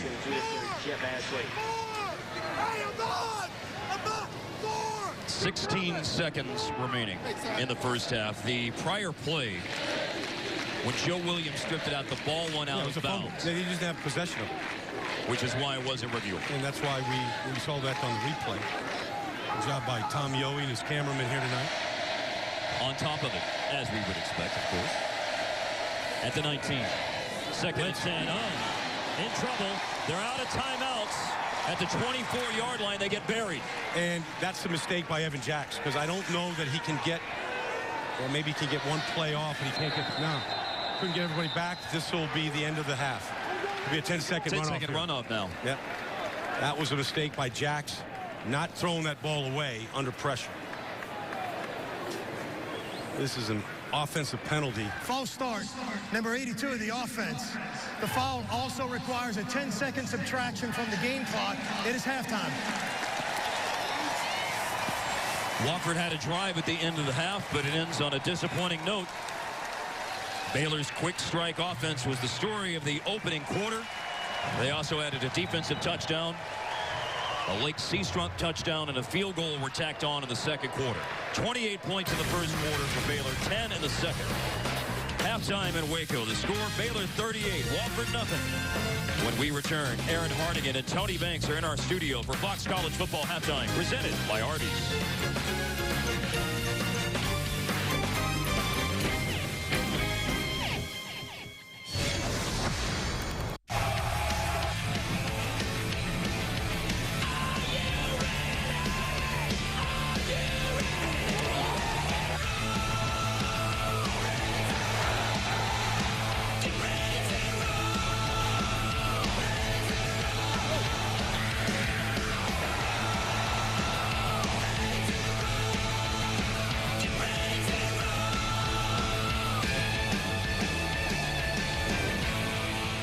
Baylor was definitely ready to rock to start the 2013 season tonight in their opener at Floyd Casey Stadium.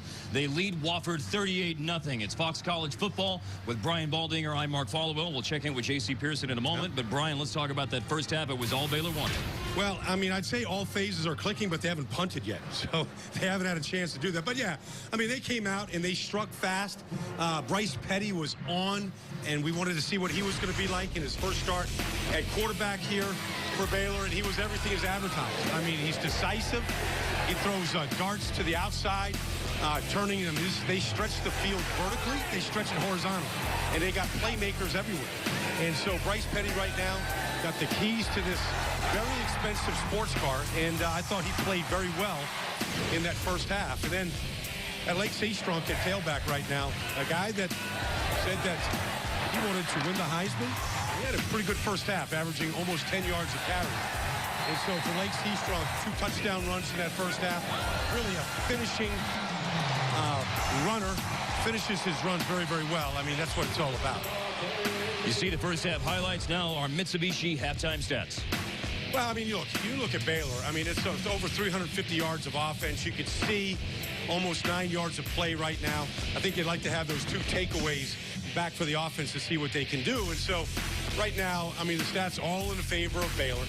And so right now, I think when you look at this game, and what I'm curious about here, J.C. Pearson, is that me and Mark up in the booth, we've been impressed by how quickly they get in and out of the huddle, and then how quickly they can strike. What's it like down in the field? How fast and explosive are they? Hey, Baldy, I'll tell you what, if there's a team in America that has more overall speed than Baylor, I'd like to see them. I'll tell you that, because you look at these wide receivers, Norwood, Tevin Reese, all of these guys, and then now you got Seastrunk in the backfield. They have weapons all over the place. I'll tell you what, man, as a former defensive back, I feel bad for these Wofford defensive backs, because the tempo that Baylor plays with, they just come at you and they don't stop, and it's tough for these guys in the secondary. You know, JC, I was doing some math at halftime up here, and I calculated that Baylor ran a play every 16 seconds. So as a defensive back in your days, JC, you get a play coming at you every 16 seconds with that speed. That's got to lead to some mistakes when you talk about defense right now for Wofford. Absolutely, and that's why they're making so many mistakes. It's especially tough on those safeties, Baldy, because now they got to play pass because all of that speed outside. But then when they play pass, well, now all of a sudden you got Seastrunk coming at you, making you miss, or you got Glasgow Martin coming down with power, and then guess what? Well, I'm going to play run this time, and now that speed goes right by you. So very tough on those safeties for Wofford. Great math, by the way, by Brian Baldinger. Although Bob Thomas, our statistician, he's weeping over here that you said you did the math. Yeah, well, I had 20 minutes to figure it out. Aaron Jones has been fantastic on kickoffs tonight. Had another one sails through the end zone. Wofford with the touchback from the 25. What will happen here in this second half for Wofford? Here's the thing. They've got an entire season in front of them. So they can't worry about the first half. They got to go out and execute no matter what the final score is. You come here to Baylor because you want to shock the world. Well, that's not going to happen tonight. But now you got to come out and execute. And really, what they do the second half of the season could be the launching point for what they do the rest of the season. And what they want to be is they want to be in the FCS playoff system at the end of the season. That's what Mike Ayers is all about, getting to the playoffs. They were in the FCS playoffs last year for the 5th time in the last 6 seasons. They went 9-4 overall. They beat New Hampshire in the first round of the playoffs, lost in the quarterfinals. Timeout. Call ball Wofford College. This is the first of the half. They lost to North Dakota State in the quarterfinals. And the first play of the third quarter before it is even snapped, a timeout called by Wofford. But I want to go back to something you just said, though, Mark, because North Dakota State went to Little Manhattan. They went to the Little Apple, and they upset Kansas State last night. 24-21. 24. They went 80 yards in the final minutes of the game to win that game. And really, that was a heck of a statement to go into a team that was the reigning Big 12 champs, a Fiesta Bowl contestant a year ago, and get knocked off by North Dakota State. And, you know, this Wofford team lost the playoffs to them last year 14-7. It was nip and tuck all the way. They went to the semifinals of the FCS playoffs in 2003. And over this run of 5 of the last 6 years of the playoffs, they've had 3 quarterfinal appearances, including last year. And after a timeout, then a false start to open the third Prior to the snap, false starts. Number 60 of the offense. 5-yard penalty remains. First down. Right tackle Bradley Way. Yeah, and look, I mean, this is second of the night right now, and he's just a redshirt freshman. And, you know, there's some nerves and some jitters. That you kind of expect that with young guys in a big atmosphere like this. Can't really hear the play with the crowd out there. Mike's got to settle his guys down. 1st and 15. Lawson pitches. Will Gay. Bryce Hager hits him after a short game. I know that Mike Ayers, JC, you talked to him at the end of the first half. Yeah, I did. And you know, I said, Mike, what's going on? You guys are down big at half. And he said they're just not playing Wofford football. Too many mental mistakes, too many penalties. And those two things aren't Wofford football. Those guys are real disciplined guys over there. He said, hey, the second half, they can either come out and they can fight and play hard, or they can quit. And it's a good character test for these guys early in the year. 2nd down, 13. Swing pass. Donovan Johnson from James Lawson. Mike Ayers, by the way, is, as there's a marker down here. You saw on the graphic. Of the offense. 10-yard penalty remains. 2nd down. Ouch. You saw on the graphic, 7th winningest active FCS coach, 5th longest tenure of any FCS coach with their current school. Bob Ford at Albany has the longest tenure of anyone in FCS right now. Yeah, 26 years.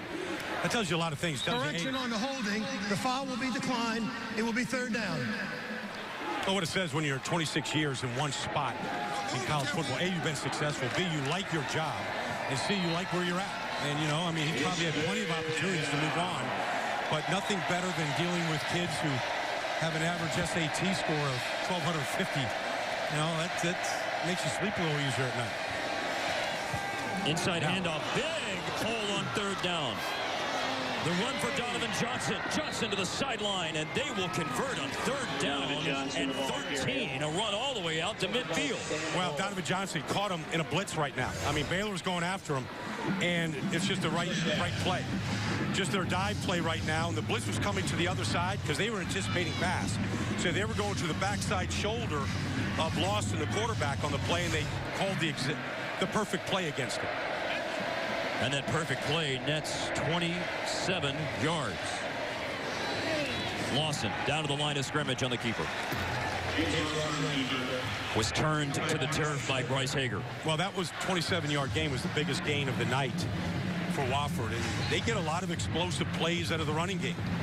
I mean, they just had a back that just graduated, Eric Breitenstein, and he ran for over 2,000 yards last year in that 9-4 season. Still didn't lead FCS, by the way. He was 2nd. Yeah. Three wide receivers at the bottom for Wofford. You don't get that formation very often. And Johnny Martin is the safety valve out in the left flat. Caught it out of bounds to the Baylor 45. Eddie Lackey forced him out. 3rd and 5 coming up. Well, 38-0 makes you throw the football a little bit more than you want to. And so right now, Lawson getting an opportunity to do that. They only threw 31 passes a year ago, the entire season, as the backup quarterback. They've thrown 9 passes tonight. Wofford has. They averaged 7 a game last year. Their high in a game last season was 15 pass attempts. Pitch out. Johnny Martin, another run. And Martin scoots to the sideline. Don't think he got the best spot in the world, but it still might be enough for a 1st down. You know, you mentioned the 9 passes tonight. Well, if you're not catching passes the way Jeff Ashley is it, you got to block. And so the blocking on the outside here, watch the position. Freeze it right here. You get the left tackle down here. Now here's Ashley. I mean, perfect position right now against the defensive backs, and it allows Martin to get that 1st down. Martin caught a pass, then ran for the 1st. They fake it to him. Airing it out. They look for Ashley, and Ashley juggles, and he almost made the catch at the goal line. Whoa. Joe Williams on the coverage. That was some effort by Ashley at 6'3", went up and over the defensive back here. Joe Williams goes up and over him, keeps it alive, and then just can't quite get to it. And Williams is in perfect position. I mean, between the ball and the man the whole time, and that's why, and then the strip at the end, that's a heck of a play by Joe Williams. Remember that it was Williams who had the strip on that play late in the first half on Wofford's last drive that ended on the penalty. Johnny Martin, big hole off the left side, downfield blocking, first down run. Martin is out after a gain of 15. KJ Morton forced him out. And isn't what you love from the Wofford Terriers right now? Not hanging their head, coming out there and attacking Baylor. All right, a couple big runs. Mike Ayers, give him a little fist. He deserved that one. I like that. Phil Bennett, the defensive coordinator for Baylor. Phil Bennett said that he predicted that North Dakota State upset in Manhattan, Kansas last night after watching them against Wofford a year ago. Keeping, Lawson turns it in at the 20. Gain of 6. James Lawson on the keeper. I tell you what, guys, great job on this drive by Wofford, mixing up the plays. Easy throws for the quarterback. Now, he didn't throw the ball as well on that go route. They had Joe Williams beat. They underthrew it, but doing a good job of mixing up the passes down the field as well as the inside runs, and now we finally see the quarterback keep. So good job on this opening drive by Wofford. Lawson's thrown for 24 yards tonight. This drive started after a touchback, and remember that they were moved backwards 5 yards. The third quarter got off to a start of a timeout call before the first snap and then a false start on the first snap. You know, Mark, you asked Phil Bennett a great question, though, during the week, and you said, you know, if we were playing Wofford in the middle of the season and we only had 3 days to get ready for this offense, we'd be in a world of trouble. But the fact that we had the whole offseason to kind of gear up, and he watched all 13 games a year ago in Wofford to get ready, it's helping him. Donovan Johnson on 3rd and 2 takes the handoff, has a first down, spinning inside the 15 to the 10. First and goal, perhaps coming up for Wofford with 10:44 left in the third. I like Donovan Johnson. I really do. I mean, he's 5'8", 195 pounds, built low to the ground, but he's got a little zuzu in him. He can make people miss, and then he's got some speed, more speed than the kid that just left as the all-time leading rusher for Wofford, Eric Breitenstein. Yeah. You were still thinking about Zuzu. Yeah, well, I just had to get that out of my mouth. Not much Zuzu for Johnson there. To the 8. Then that's the right use of that word right there. That's good. I appreciate that. Yeah, use a Zuzu in a sentence, and you did it. That's what you'd have to do at Wofford in order to get admitted. That's part of the verbal portion of the SAT. You got to spell it. You got to use it in a sentence. You got to put it in a paragraph. The whole thing. A mammoth defensive tackle. True freshman Andrew Billings made the stop on the last play. Lawson keeping on the option on 2nd down and goal at the 8 to the 7. Bryce Hager, Terrell Burt. I played with Bryce Hager's dad when I was with the Philadelphia Eagles, and this kid led the Big 12 in tackles a year ago. Reminds me of his dad. His dad was a great special team player in the NFL for a long time. Raised some good kids down there in Austin, Texas. And Bryce, I think he's going to become a better player than what his dad was. Dad, Britt Hager, Odessa Permian High School, University of Texas. And the Eagles, 3rd and goal at the 7. Inside, plowing to the 5. That's it for Johnson. No, Johnny Martin. Yeah. And there is Andrew Billings. I said he is a mammoth defensive tackle, a true freshman who broke the Texas State powerlifting record by, I know you'll appreciate this, you did this at one point in time, Baldy. Yeah. The numbers were 500 on the bench, 805 on the squat, 705 on the deadlift. Let me tell you something. If I tried 705 in a deadlift right now, you would have to carry me home, all right, in an ambulance. I could get you back to Dallas. Short field goal attempt here for Casey Redfern. 22 yards. And it's on the money to put Wofford on the board for the first time. 8:38 remaining in the third quarter.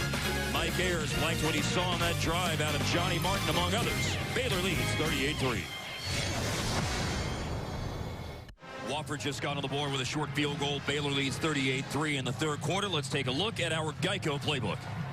Well, take a look here on the big play by Donovan Johnson on the last drive. Watch all 3 linebackers come here of Baylor, and they all get picked up, and that's what Donovan Johnson gashed him for the biggest run of the night. 14 carries right now, over 70 yards, and that really, that was a 3rd and long, and they got that first down. That really kept them on schedule, but great job by Johnson of the vision of cutting on the backside of his right tackle on that play, Way, who really got it going. HEB scoring drive, 15 plays, 69 yards, 622 chewed up. Casey Redfern, 22-yard field goal. On that Geico playbook, that was a 3rd and 12 they converted with a long run. Darius Jones runs up the field, a seam to the 20, down to the 26. Their special teams are good. There's Ciano at the bottom of that pile as well. He just stays right on the field and plays defense. Covers the kicks, plays the defense, special teams. I think he's a pretty special player. Officially spotted at the 25. Alvin Ciano, 2 picks last year, 14 tackles for loss, 7 sacks. Has recovered a fumble tonight. Bryce Petty, the shotgun. Blake Seastrunk sweeping to the edge. First down, strong run. Speed and strength both on display. Blake Seastrunk for 15 yards. I don't think he can take himself out because he lost his shoe. Lost his shoe, so you got to go put the shoe on. I think that might be the only thing that can slow him down, is if he loses a shoe. 11 carries for 111 and 2 touchdowns. Shock Linwood is in, redshirt freshman. How about that? They had hoped to get him around 8 to 10 carries tonight, and Linwood with his first carry. You know, his nickname is the Shock Attack, named after Shaquille O'Neal. Yes, indeed. Incomplete pass on second down. Yeah, that's kind of a rare pass by Bryce Petty, one that kind of died going to the sidelines. We've seen him just throw footballs tonight about 3 yards off the ground and a frozen rope out to the outside. The receivers are talented. They do a lot of good things. They catch the ball very, very well. Marker down, 14 of 19 is the line tonight for Petty, as he throws and Darius Jones turns it out to the sideline. But again, Marker is down. Looks like he's been in control the whole night. I mean, just poised. It's a good warm-up game for him, or it's a good game, period. First time out of the box. Offside by being in the neutral zone at the snap. Number 90 of the defense. The penalty will be 5 yards from the previous spot. We'll replay. 3rd down. Think about this, Mark. I mean, for Bryce Petty, this is his first start since high school, 2008. At Midlothian. Yeah, I mean, that's, you know, and that's a lifetime. 5 years ago since his last start. Yeah, to Linwood on 3rd and short for the first down. Over the 45 of Wofford to the 44. Well, this spread offense, I mean, they spread it out to run the ball. I mean, they're trying to widen these holes right now. All right, you're gonna cheat your safeties to the outside. They're gonna pound you inside with this running attack. Now Petty, deep down the right side, got a man in the end zone. It is caught. Baylor, another touchdown. Petty with a strike, deep to Tevin Reese. This is straight speed, and it kills. I don't care what your defense is. Tevin Reese has another gear when the ball's in the air, and Bryce Petty cut that ball loose to Mike Harris. I mean, he's shaking his head, but I don't know that he's seen an offense that can strike fear in your defense quite like this one. They do break the 40-point plateau, which they did 10 times last season. Tevin Reese, 97 yards receiving, 44 on that touchdown grab from Bryce Petty. Watch him fly, Tevin Reese. Streaking to the end zone. A beauty of a pass by Bryce Petty. It puts Baylor in front 45-3.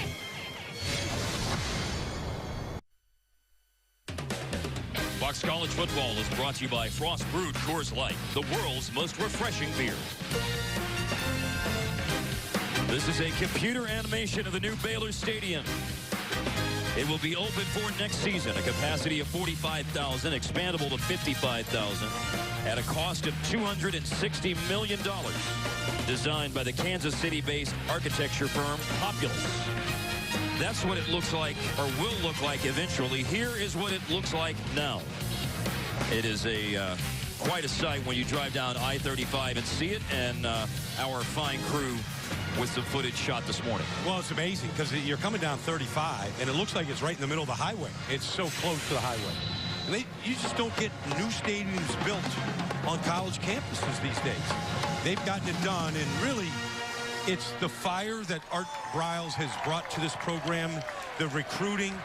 He had a T-shirt on yesterday that says, what did he say? I never stop working. No days off. No days off. No days off. Yes. Was his T-shirt. And you know what? You get a stadium built like that, you don't have any days off. Aaron Jones kickoff. And another boomer. Mark, there's no defense for the speed that Baylor's receivers have. I want to show you the free safety here. That's James Otto. And watch how helpless he is to try and stop this throw from Bryce Petty. Because this is the speed. Now, freeze it here. And watch this. I mean, this speed outruns all coverage in this coverage. And just about anybody's coverage. As Petty put that ball about 10 yards in front of Reese, and somehow he's able to lay out and get to it with another gear. Those fans behind Wofford, they were borrowed and rented here when they got into town. Michael Weimer is in at quarterback. Oh, and he gets drilled. Got some help with a stiff arm, but then hammered by K.J. Morton. Well, they've got a senior dominant secondary, and they've been outstanding tonight. They kind of remind me of the Legion of Doom in Seattle, the way that they come up and hit, and the confidence and swagger that they play with, creating their own Legion of Doom. K.J. Morton unloading on Michael Weimer after a 2-yard gain. Play fake. Nearly intercepted on a floating ball intended for Wade Francis out on the sideline. Hey, Baldy, you're talking about Tevin Reese and all the speed on this offense, but pay attention to the speed on this Baylor defense, too. They've got guys that absolutely fly to the ball, especially when it's pitched outside. These guys have a lot of speed on defense, not only at the linebacker position, but also the defensive back position. And those guys, that allows this defense to play the way that they're playing right now. Wofford 7 of 12 tonight on third downs at 7 of 13. Blasted out of bounds. Eddie Lackey on the hit. There's an example. And, you know, the Big 12 has really a bad reputation for playing no defense in this conference. And I think that may change this year with TCU. The defense they're bringing back and the experience, Jason Verrett, some of the guys they're bringing back, Devontae Fields. You're looking at this defense and the experience that they're bringing back. The Big 12 may change that reputation this year. Oklahoma State won today in Houston over Mississippi State, 21-3. Wow. Redfern's punt. Fair catch by Levi Norwood. Just inside the Baylor 35. Bryce Petty's first start, the fourth-year junior. 2 touchdowns, 246 yards through the air. Baylor up by 42. 45-3, Baylor leads Wofford here at Floyd Casey Stadium in Waco. 5:57 remaining in the third quarter. From America's #1 pregame show comes the all-new Fox Football Daily, featuring an all-star lineup of experts and NFL legends. Get everything you love on Sunday, every day of the week. Fox Football Daily, weeknights at 6 Eastern on America's new sports network, Fox Sports 1. Featuring Mike Pereira on that show. Yes, sir. Director of officiating for the NFL. Becoming a big-time personality on the new FS1. Hosted by the great Kurt Menefee. And through traffic, that pass is caught. Clay Fuller with the catch to the 45-yard line of Wofford. That was threading the needle. Bryce Petty got all of those hands defensively. I tell you, like smoke through a keyhole. Quickly to the Wofford 45. He unleashes a pass over the middle to Levi Norwood, who is slung down to the 28 of the Terriers. This is just lightning fast. What was your math in the first half, Baldy? Every 16 seconds, a play was run for Baylor, which would have led the entire country a year ago. They were third last year. Shock Linwood on the run. Third last year, I'm speaking of, in time elapsed between plays. Third shortest amount of time. Only Arizona and Indiana got off plays more quickly. I think the only person that could make it go faster is Art Briles' brain. Like, I think it works that speed. Caught on the left side. There's Robbie Rhodes, the freshman from Fort Worth Southwest High School. Top 10 national wide receiver recruit. Top 10 overall recruit in the state of Texas. And he's got the speed, the hands, and the want-to be a great one here at Baylor, making his first catch for the Baylor Bears. First of many. To the right, Shock Linwood. Upended by Holt, Josh Holt. Well, we know that recruiting is the lifeblood of these organizations, and so it is fierce when you get a guy like Robbie Rhodes and the whole country wants him. And to land him here at Baylor, it was a great coup for this program. Second down. Play is stopped. Right to the snap, false start. Number 4, the offense. 5-yard penalty remains. Second down. Fifth penalty tonight on Baylor.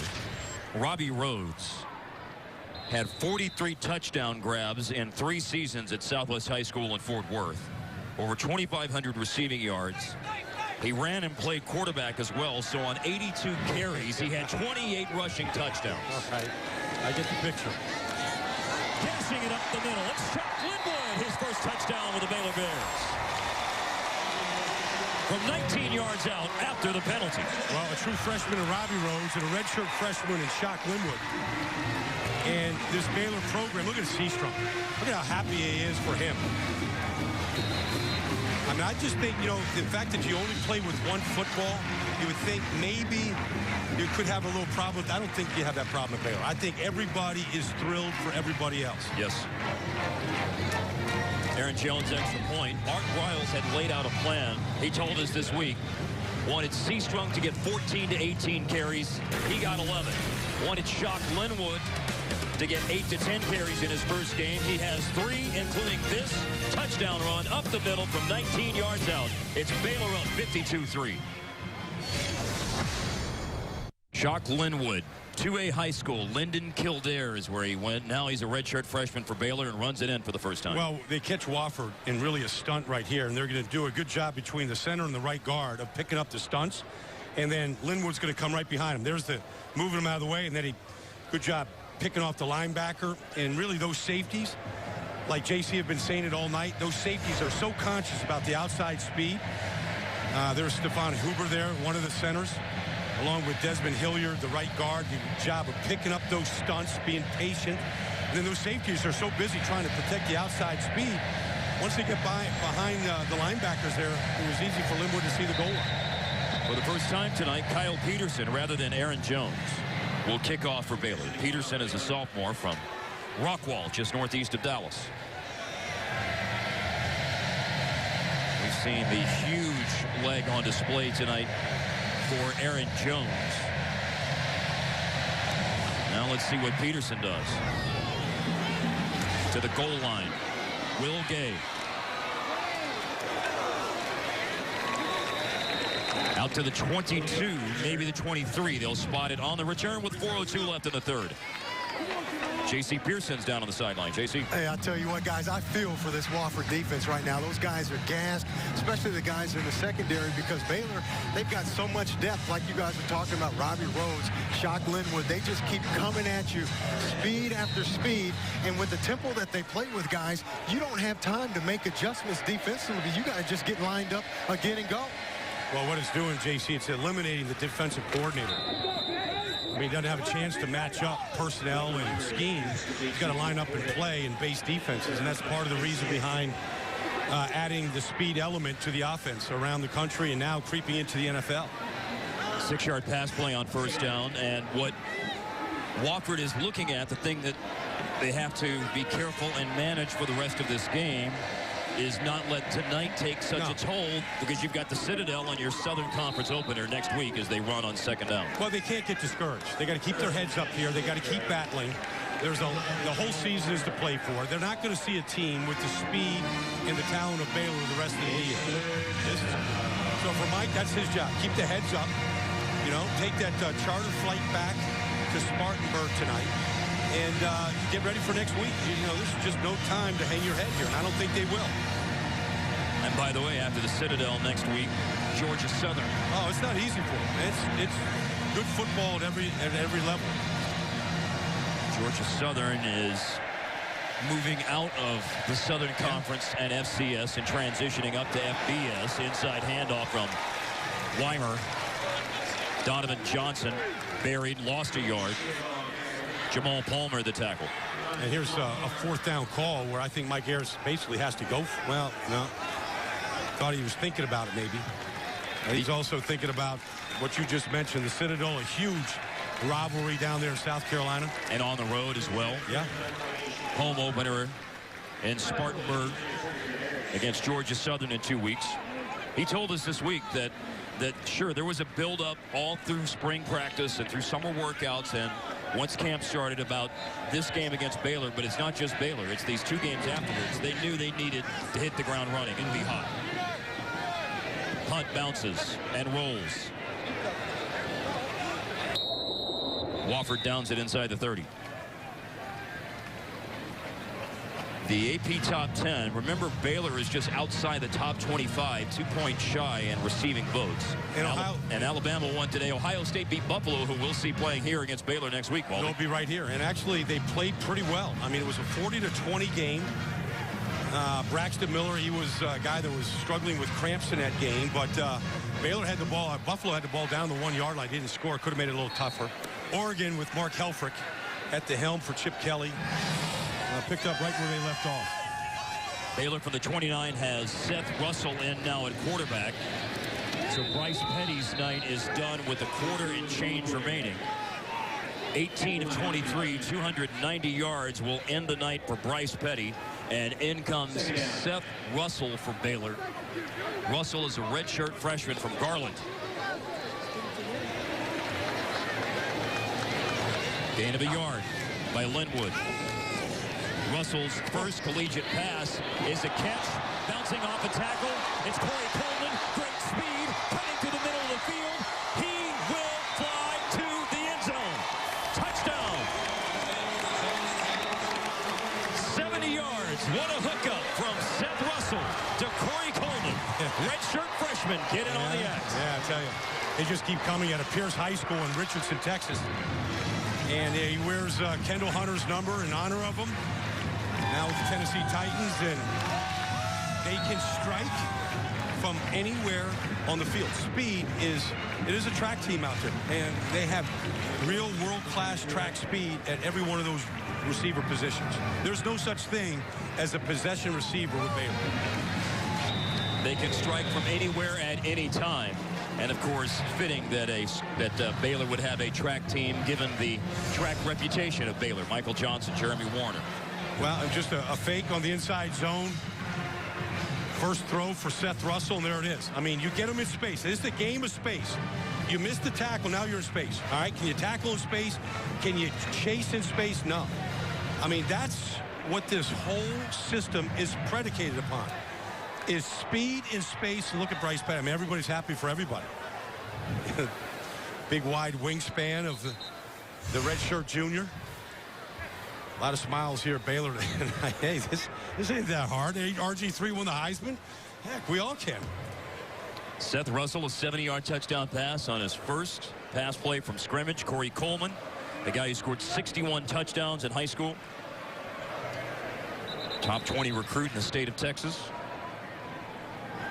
This Big 12 conference this year, the 10 teams here that Art Briles will see all 10 of them, all 9 of the opponents.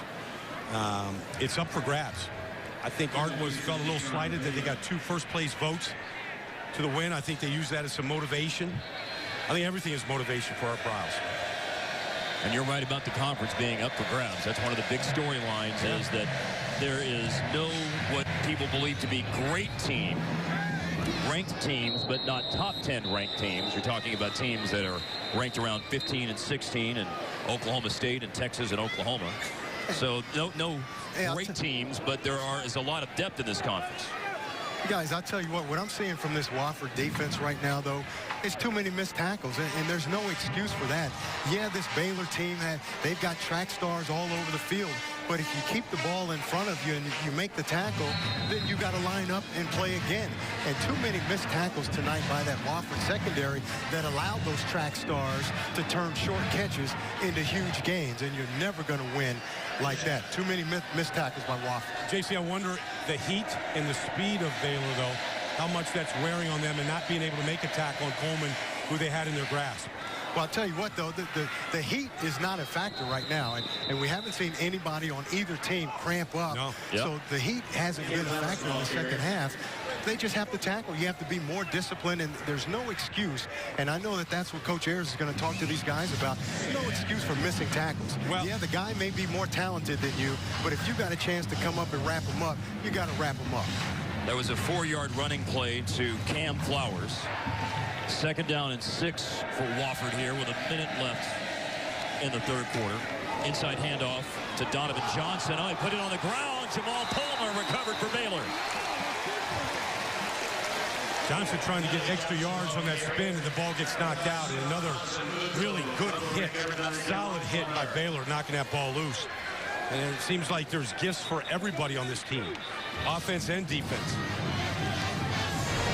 Palmer had a recovery earlier in the game. Boy, that's head-on, another head-on hit collision. And then head on the ball. Yeah.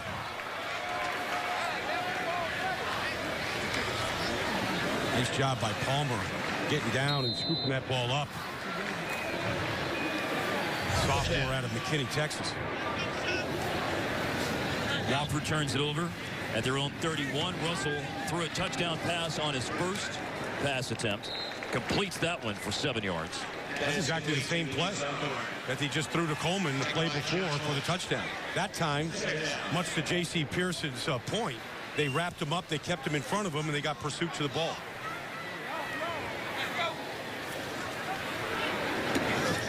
Jay Lee catches, tiptoes along the sideline. They're just so far off, just trying to protect the deep ball that really, it's just an automatic for Russell. Just to turn and really turn a double play to Jay Lee on the outside. You know, JC was talking about tackling earlier, and remember we showed the highlight. There was Corey Coleman pinballed off one tackle at the beginning of that run after the catch on the 70-yard. Russell, fake the throw, keeps the ball, runs it into the end zone. How about the impact for Seth Russell here coming into his first game? A touchdown pass, now a touchdown run. That's just a scramble. I mean, he wanted to throw it to his left, and he didn't like what he saw and just pulled it down and extended the play. I would say that they're in pretty good shape here after RG3 and Nick Florence at quarterback with Bryce Petty and now Seth Russell. There's a good ability, making a couple guys miss and having a nose for the goal line. 13-yard run for Russell after he threw to Coleman earlier for 70 yards. 66-3. More points than Baylor scored in any game last season. 12 seconds left in the 3rd quarter. Seth Russell sharing stories of his first 2 collegiate touchdowns, 1 a pass, 1 a run. Here's the Coors Light game summary with Baylor leading Wofford 66-3. Bryce Petty, his first start, saw him throw for 290 and 2 touchdowns. Baylor scored on 9 of 11 possessions tonight. And through the air, Baylor has thrown for 378 to Wofford 60. And you say, okay, well, you know, when's the time to choke it down? I mean, these guys have never played before. I mean, they're putting guys out there right now getting their first experience playing college football. Hard to tell those guys to take a knee here. Octavius Hart running the kickback. And out of bounds with 5 seconds remaining in the 3rd quarter. But this is how you become an elite program, is when you put teams away and you start getting guys experience, real experience for Seth Russell. So something should happen to Bryce Petty during the game. Guy's been out there. He's seen the speed of college football. He's got some experience. He's not just, you know, big-eyed out there going out there and never played before. And this is what all the programs do. They get these young guys involved early in games like this. Evan Jacks, a young guy for Wofford, redshirt freshman. His first collegiate action tonight. Played in the second quarter, has played here in the third quarter. Handing the ball off to Will Gay, who was drilled behind the line of scrimmage by the big defensive end, Sean Oakman. And look, from the beginning of time when they started playing football, teams that run the ball 90% of the time, their downfall is always when they fall behind. It's not a catch-up offense. As Rick Lumiere, the referee, just stated, it's the end of the third quarter. It has been all Baylor tonight. The quick strike offense has been on display. They're rolling. 66-3 after 3. You're watching Fox College Football.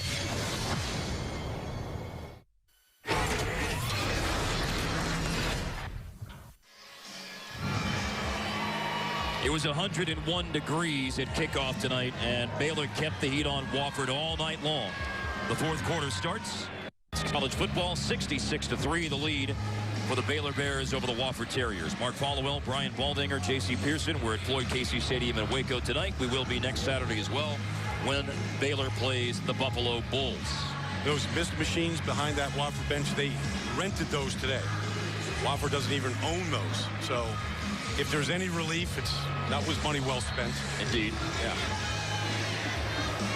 The fourth quarter starts. Evan Jacks, a high pass for Irwin. Will Irwin, incomplete.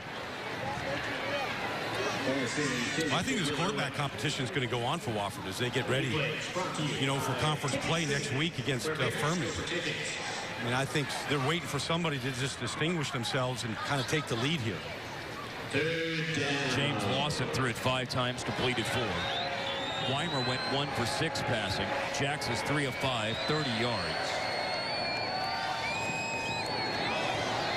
Jacks is able to elude pressure, runs up the gut, past the 20. Early on in the fourth quarter, Baylor leads Wofford 66-3 as we step aside for a Fox College Football game break. Let's check in with Aaron Hardigan.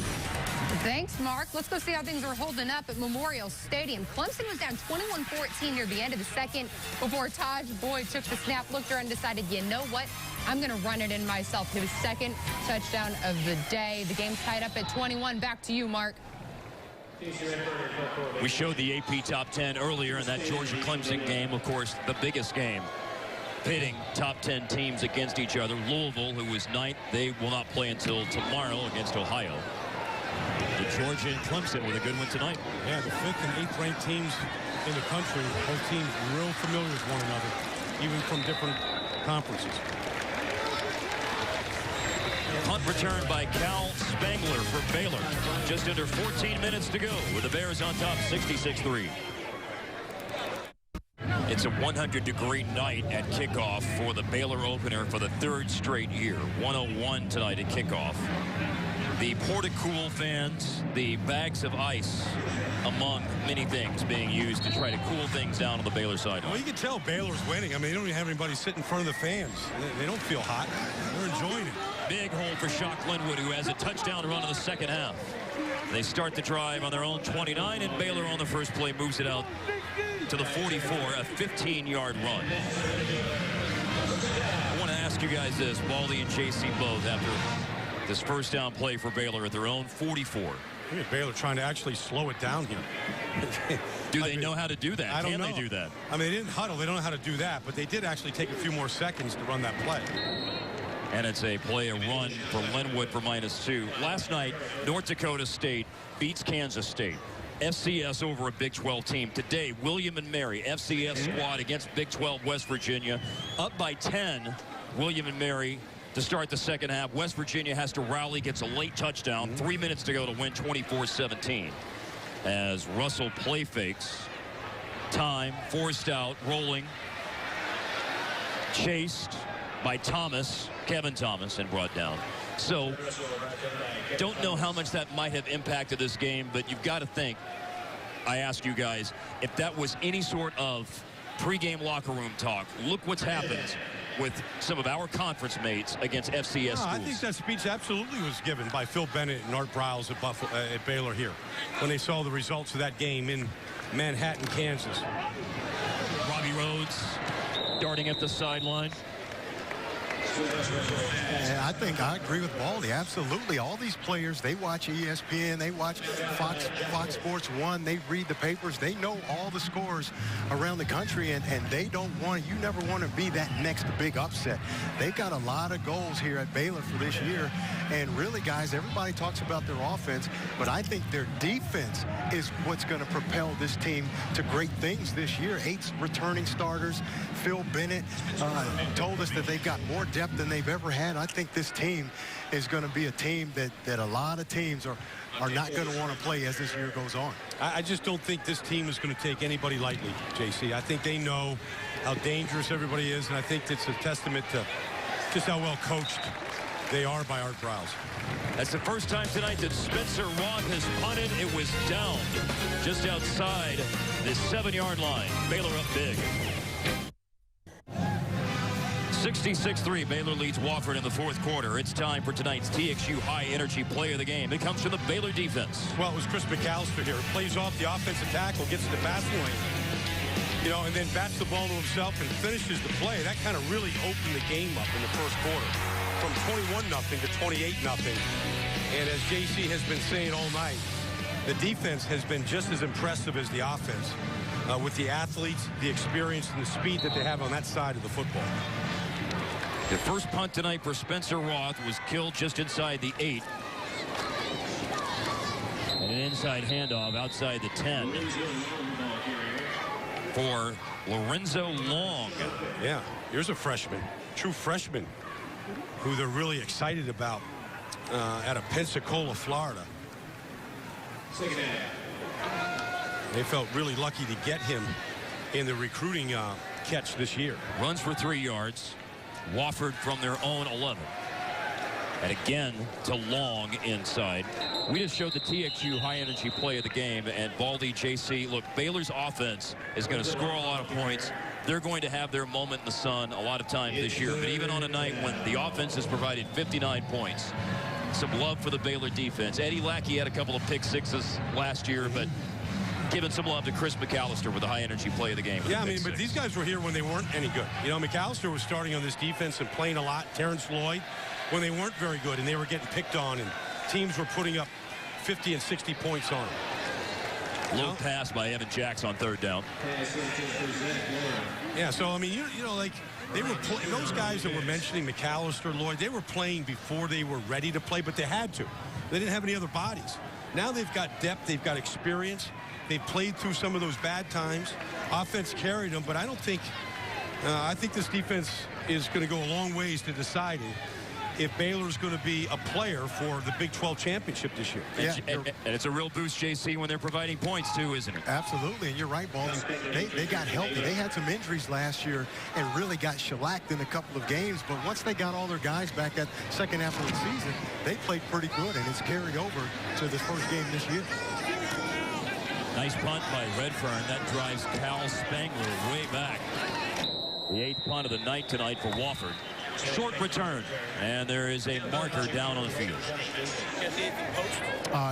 Yeah, I'll talk to Coach. Well, earlier, as we noted, Lake Seastrunk was great in the last 4 years. Holding number 23 of the receiving team. The penalty will be 10 yards from where the play ended. First down. There's timeout on the field. 10:34 remaining. It's Baylor over Wofford, 66-3. This is Fox College Football.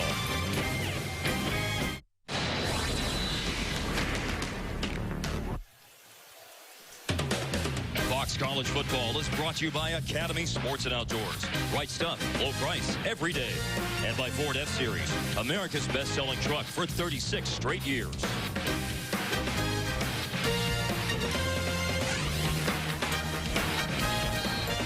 With 10:34 remaining, Baylor will take over. At their own 17, there's Lake Seastrunk. The only thing he hasn't done tonight is try to go over and fix that portico. Yeah. He might be able to do it, too. And here's a run off the left side to the 30, 35. Stood up, driving forward. The helmet comes off. A flag is down. Seastrunk was standing up on the bench watching that. Got so excited, he jumped off the bench and joined his team in celebration of that run. And we've got really our first Wofford player that we've seen down all night, Darius Burton, the senior defensive end out of Durham. Personal foul, number 69 of the offense. The penalty will be 15 yards from the end of the run. Just a little too aggressive. First down. This is Anthony Webb on the run, listed as a backup defensive back. Yeah. Maybe that's what got them all excited. So that all looks good there. Oh, yeah. I see Colbert came in 69 at the very end. Seastrunk's reaction, animated as he is all the time, high energy. Got the Baylor braids going right now. That might be a popular look. Indeed. Yeah, I don't think one for you, Mark, but maybe a popular look down here. Got a long way to go on getting the hair that length. It's all good when you're winning. And Baylor is winning big tonight with 10:20 remaining. Lake Seastrunk, 111 yards, 11 carries tonight, 2 touchdowns. But you think about the Heisman, right? And he put it out there. I want to win the Heisman. You know, RG3, when he started his final year here at Baylor, nobody had him on the radar for a Heisman. Right. Halfway through the season, people didn't have him on the radar. And then it became, it was Andrew Luck. It was a lot of other guys being mentioned 2 years ago. But he finished so strong and was just so consistent. He finished strong. Baylor's team finished strong. A great winning streak to end the season. Well, that's what you have to think about when you're talking about the Heisman. Generally, your team has to be successful with it. And the idea is you help your team become successful. Webb, again, who had a 37-yard run, although some of the yardage was given back on the penalty.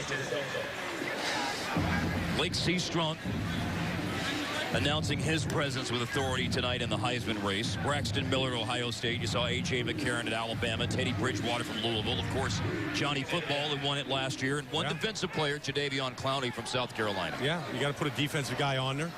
South Carolina with an impressive win yesterday. Beat North Carolina in a game that had a lengthy thunderstorm, lightning delay. Delay. Battle of the Carolinas. Anthony Webb on second down. All right, let's look at these Heisman candidates again. JC, you've got 4 quarterbacks, Seastrunk, the running back, Jadeveon Clowney that we mentioned a moment ago. Yeah, I mean, a great group. But in regards to Lake Seastrunk, I mean, the confidence and the swagger that he has, I mean, this whole team has it. You know, just like he was talking about with Bryce Petty breaking all of RG3 and Nick Florence's record, I think it stems from Art Briles, and he allows these guys. I mean, most coaches wouldn't allow Seastrunk to say that. Big run here for Anthony Webb to the 40-yard line of Wofford with 8:51 left in the fourth quarter. But you know that he embraces that, and I think that swagger rubs off on the rest of this team. And you see how these guys are playing out here tonight. Even the second-string guys, the third-string guys, they all come in and they're expecting to make plays. And it's great that confidence comes from Art Briles, but one thing that has helped the swagger is success. Most wins in any 3-year run in Baylor program history these last 3 years with 25 victories. And 3 straight trips to a bowl game.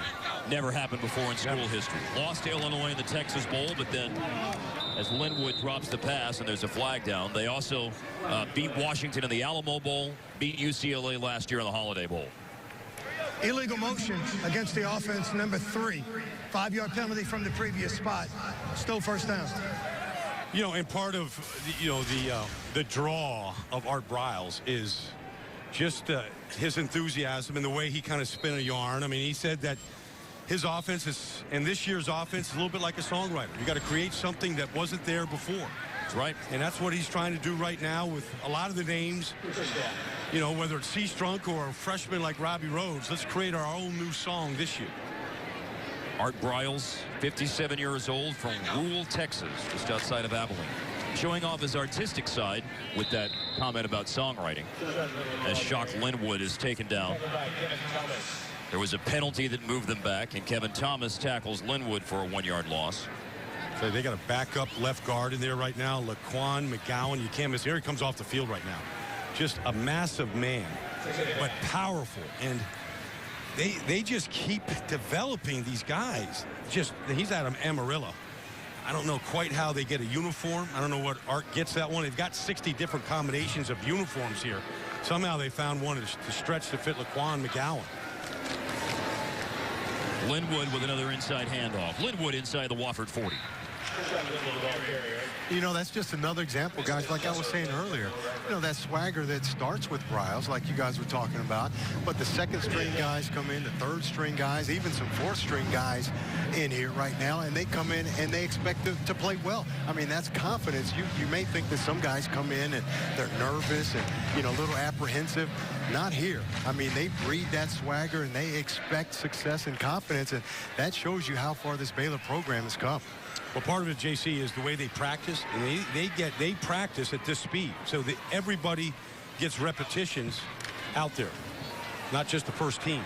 Anthony Webb, JC mentioned fourth string guys in, and Webb is the fourth running back that has been on the field for Baylor tonight. Quay Bell with the tackle for Wofford. The previous best three-season win total was 24. Grant Taft, 1985, 86, and 87. And that included a couple of bowl game victories in the old Bluebonnet Bowl in Houston and the Liberty Bowl.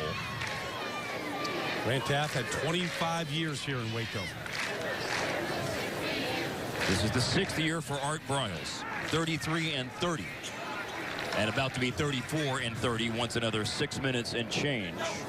Run off the clock. Workmanlike drive. It's Webb and Linwood sharing the duties at running back. Mike McCrimmon throws Webb to the turf. I give McCrimmon a lot of credit out there. I mean, he's played every defensive snap that I've seen tonight. And co-MVP of a year ago. I mean, out there in this kind of a game, not looking at the clock. Got a little shoulder that's bothering him, trying to keep it loose to finish this game. The clock runs with 5:35. Baylor has 2nd and 5 at the Wofford 24. It started quickly tonight for Baylor. 28 points in the first quarter. A run at right tackle for 3. And you know right now, Mark, this is hard for Baylor to go at this pace. They just don't know how to really do it. You got to like lose a shoe. It's not in their slow them down. It's not in their new DNA. No, you got to like step out of a shoe and tie it and double tie a knot on the, try and eat up a little clock. Stand around. They don't know what they're standing around looking at. I don't know. What are you doing? I don't know. What are you doing? I saw that. I saw the Fox Sports 1 game on Thursday night. The Utah State quarterback Keegan ran out of his shoe. Had a great scramble against Utah in the Battle of the Brothers on Thursday. And a missed exchange on the handoff for Linwood. Seth Russell, the redshirt freshman, seeing his first action tonight, falls back on top of it. Russell has thrown a long touchdown of 70 yards to Corey Coleman and also ran for 13 yards on a scramble for a score. I mean, they're just playing anybody that's in a uniform right now for Baylor. You could run down there real quick, Baldy. You and JC. And go out and finish? No. I lost my eligibility. Yeah, and that tempo was way too fast for us these days. I'm getting enough sweat up here in the booth, JC. This is not Aaron Jones, but Kyle Peterson, the sophomore from Rockwall, with a 43-yard field goal try. There's a hook. Has the leg, but sneaks inside the upright. With 4 minutes remaining. Baylor 69, Wofford 3. A lot of players have been in on the act, including Lake Seastrunk, 2 touchdown runs and a big grin on the sideline. With TX.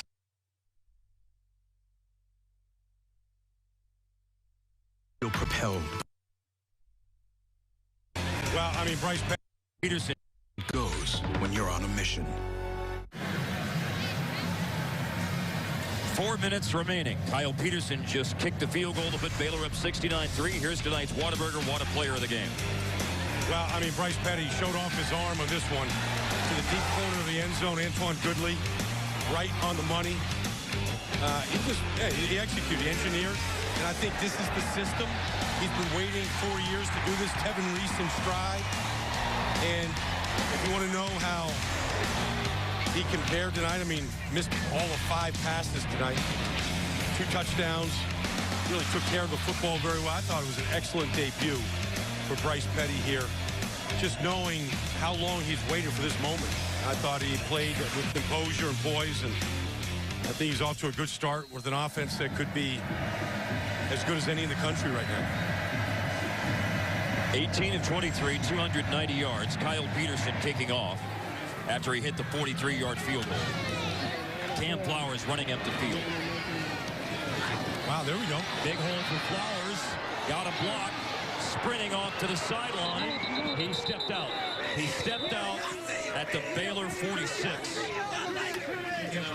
Like to see that. Like to see that fight and competitiveness at a guy like Cam Flowers at this part of the game. Really did a good job of getting everybody bunched up. Broke a couple tackles and busted outside. You see the speed of Cam Flowers, one of their halfbacks in this offense.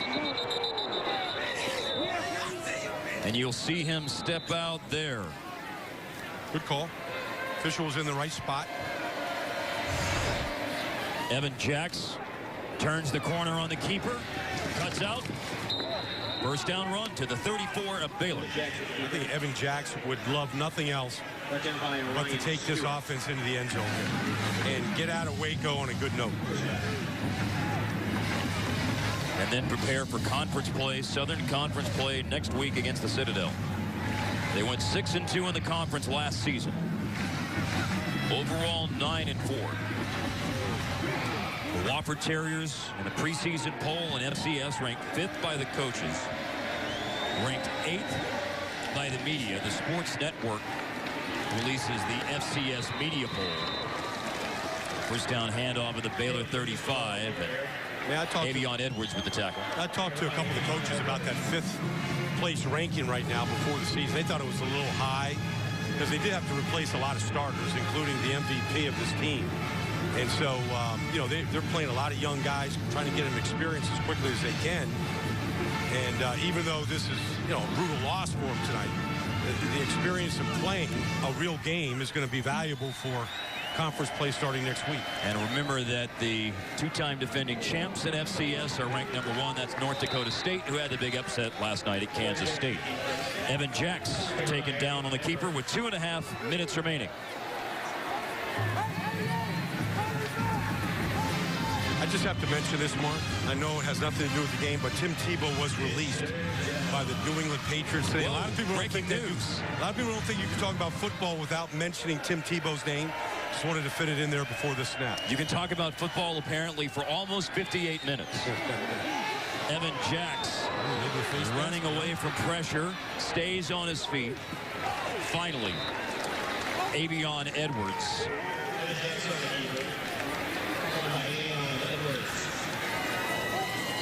Edwards brought him down. It's 4th and 16 at the Baylor 41.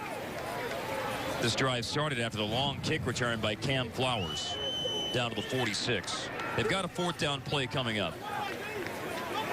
And as we've made note of on numerous occasions, they start conference play next week. What's going through? We see Mike Ayers on the sideline. What's going through his head right now, Baldy? He said that if a Wofford player put a uniform on today, they're going to get their box of chicken on the way home. They're going to play in the game.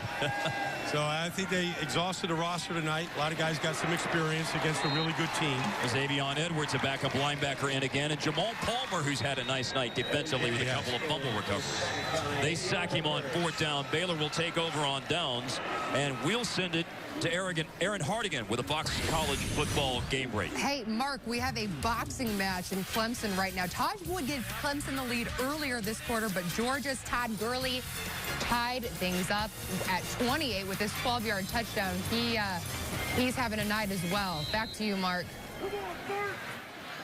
Thanks, Aaron. We were making a reference a moment ago to Mike Ayers, the Wofford head coach.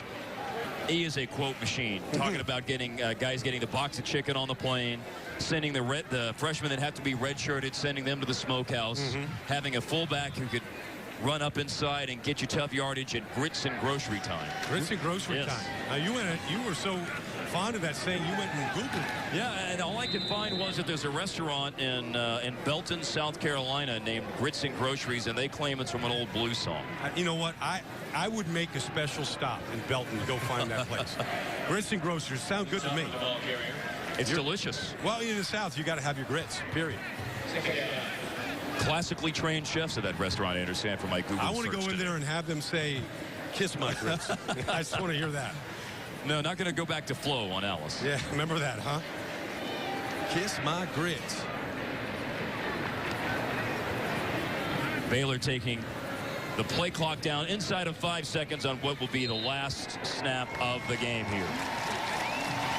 Baylor starts 2013, the 64th and final season of Floyd Casey Stadium, off with a big win over FCS opponent Wofford. They'll enjoy it tonight, and then attention will turn to the Buffalo Bulls from the MAC next week. Buffalo played in Columbus today at Ohio State and lost 40-20. Pretty represented themselves pretty well, I thought. Got a big receiver, running back, got some experience there, good coach.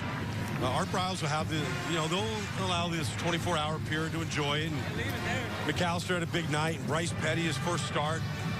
Seastrunk was great. Tevin Reese, Corey Coleman, Robbie Rhodes got a little game experience. Tell you what, good luck trying to game plan Baylor and trying to take somebody away. And really, we didn't give a whole lot of love to the offensive line up front tonight, but it's an experienced group with a lot of talent there as well. They got Glasgow Martin onto the field tonight. Remember that he had been hampered by a broken foot that he suffered in May in a pickup basketball game. They wanted to get him around 8 carries, and he did. But when you talk the running game tonight, this is the guy who did the most damage. All the players from Wofford talking to Lake Seastrunk after a 111-yard rushing performance on only 11 carries. Well, he feels good about it because he really showed you everything. He showed you vision and then speed to bounce things to the outside. He showed you the inside run game and how he explodes into the secondary. He finished a couple of runs, breaking tackles, and then, this one right here where he just carries players, and then, of course, the second touchdown run of the night. Classic Lake Seastrunk, where he just has such great balance. And, look, I think this is good sportsmanship right here. I mean, both sides taking a knee here. 69-3 the final score tonight. Baylor defeats Wofford. J.C. Pearson is on the field with Art Briles. Coach Briles, great performance by your team. You got to be happy. It's how we needed to start. We wanted to start fast. These games are always a worry, going in because you're not really sure what you're going to get. They're from another part of the nation. We really didn't know anything about them. They've done a great job through the years. So we had a lot of respect for them, but our guys played well. We came out and did what we need to do early, and that's, jump on them. Bryce Petty got his first start. The Bryce Petty era begins. Talk a little bit about him. He was good tonight, and what we got to do is just look at some things he can do better at. But, he's guys worked extremely hard to get to this point, and a lot of our guys had. We had a lot of guys that really need to get their feet wet tonight, and they did. Defensively, we played great. Special teams were good, and, we did our thing on offense, so we just got to keep going. You mentioned your defense, and gave them a lot of love during the broadcast. Good. To come out and hold this Wofford offense to 3 points. Yeah. Fantastic job. Great job. And that's, we got 8 of those guys back that finished really strong, so we feel good about ourselves, but we understand we got a long season ahead, and we got a big game next week against Buffalo. Well, good luck to you, Coach. Thanks a lot. Yeah, appreciate it. All right.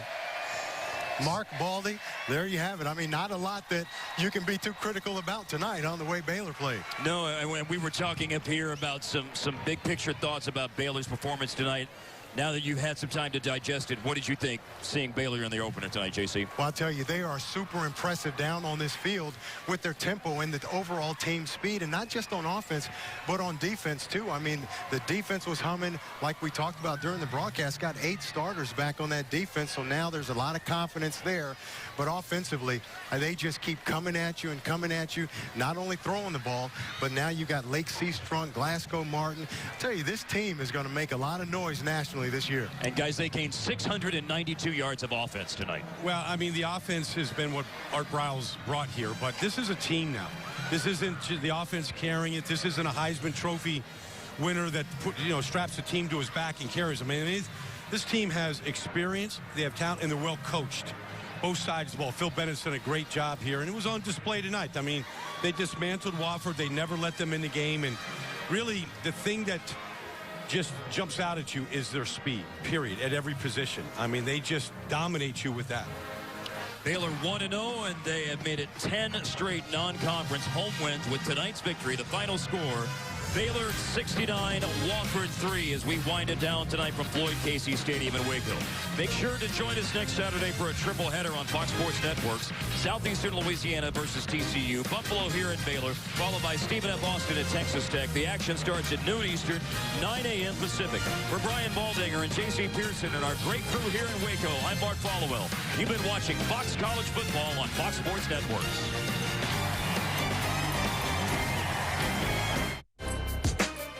College football on MSG Plus.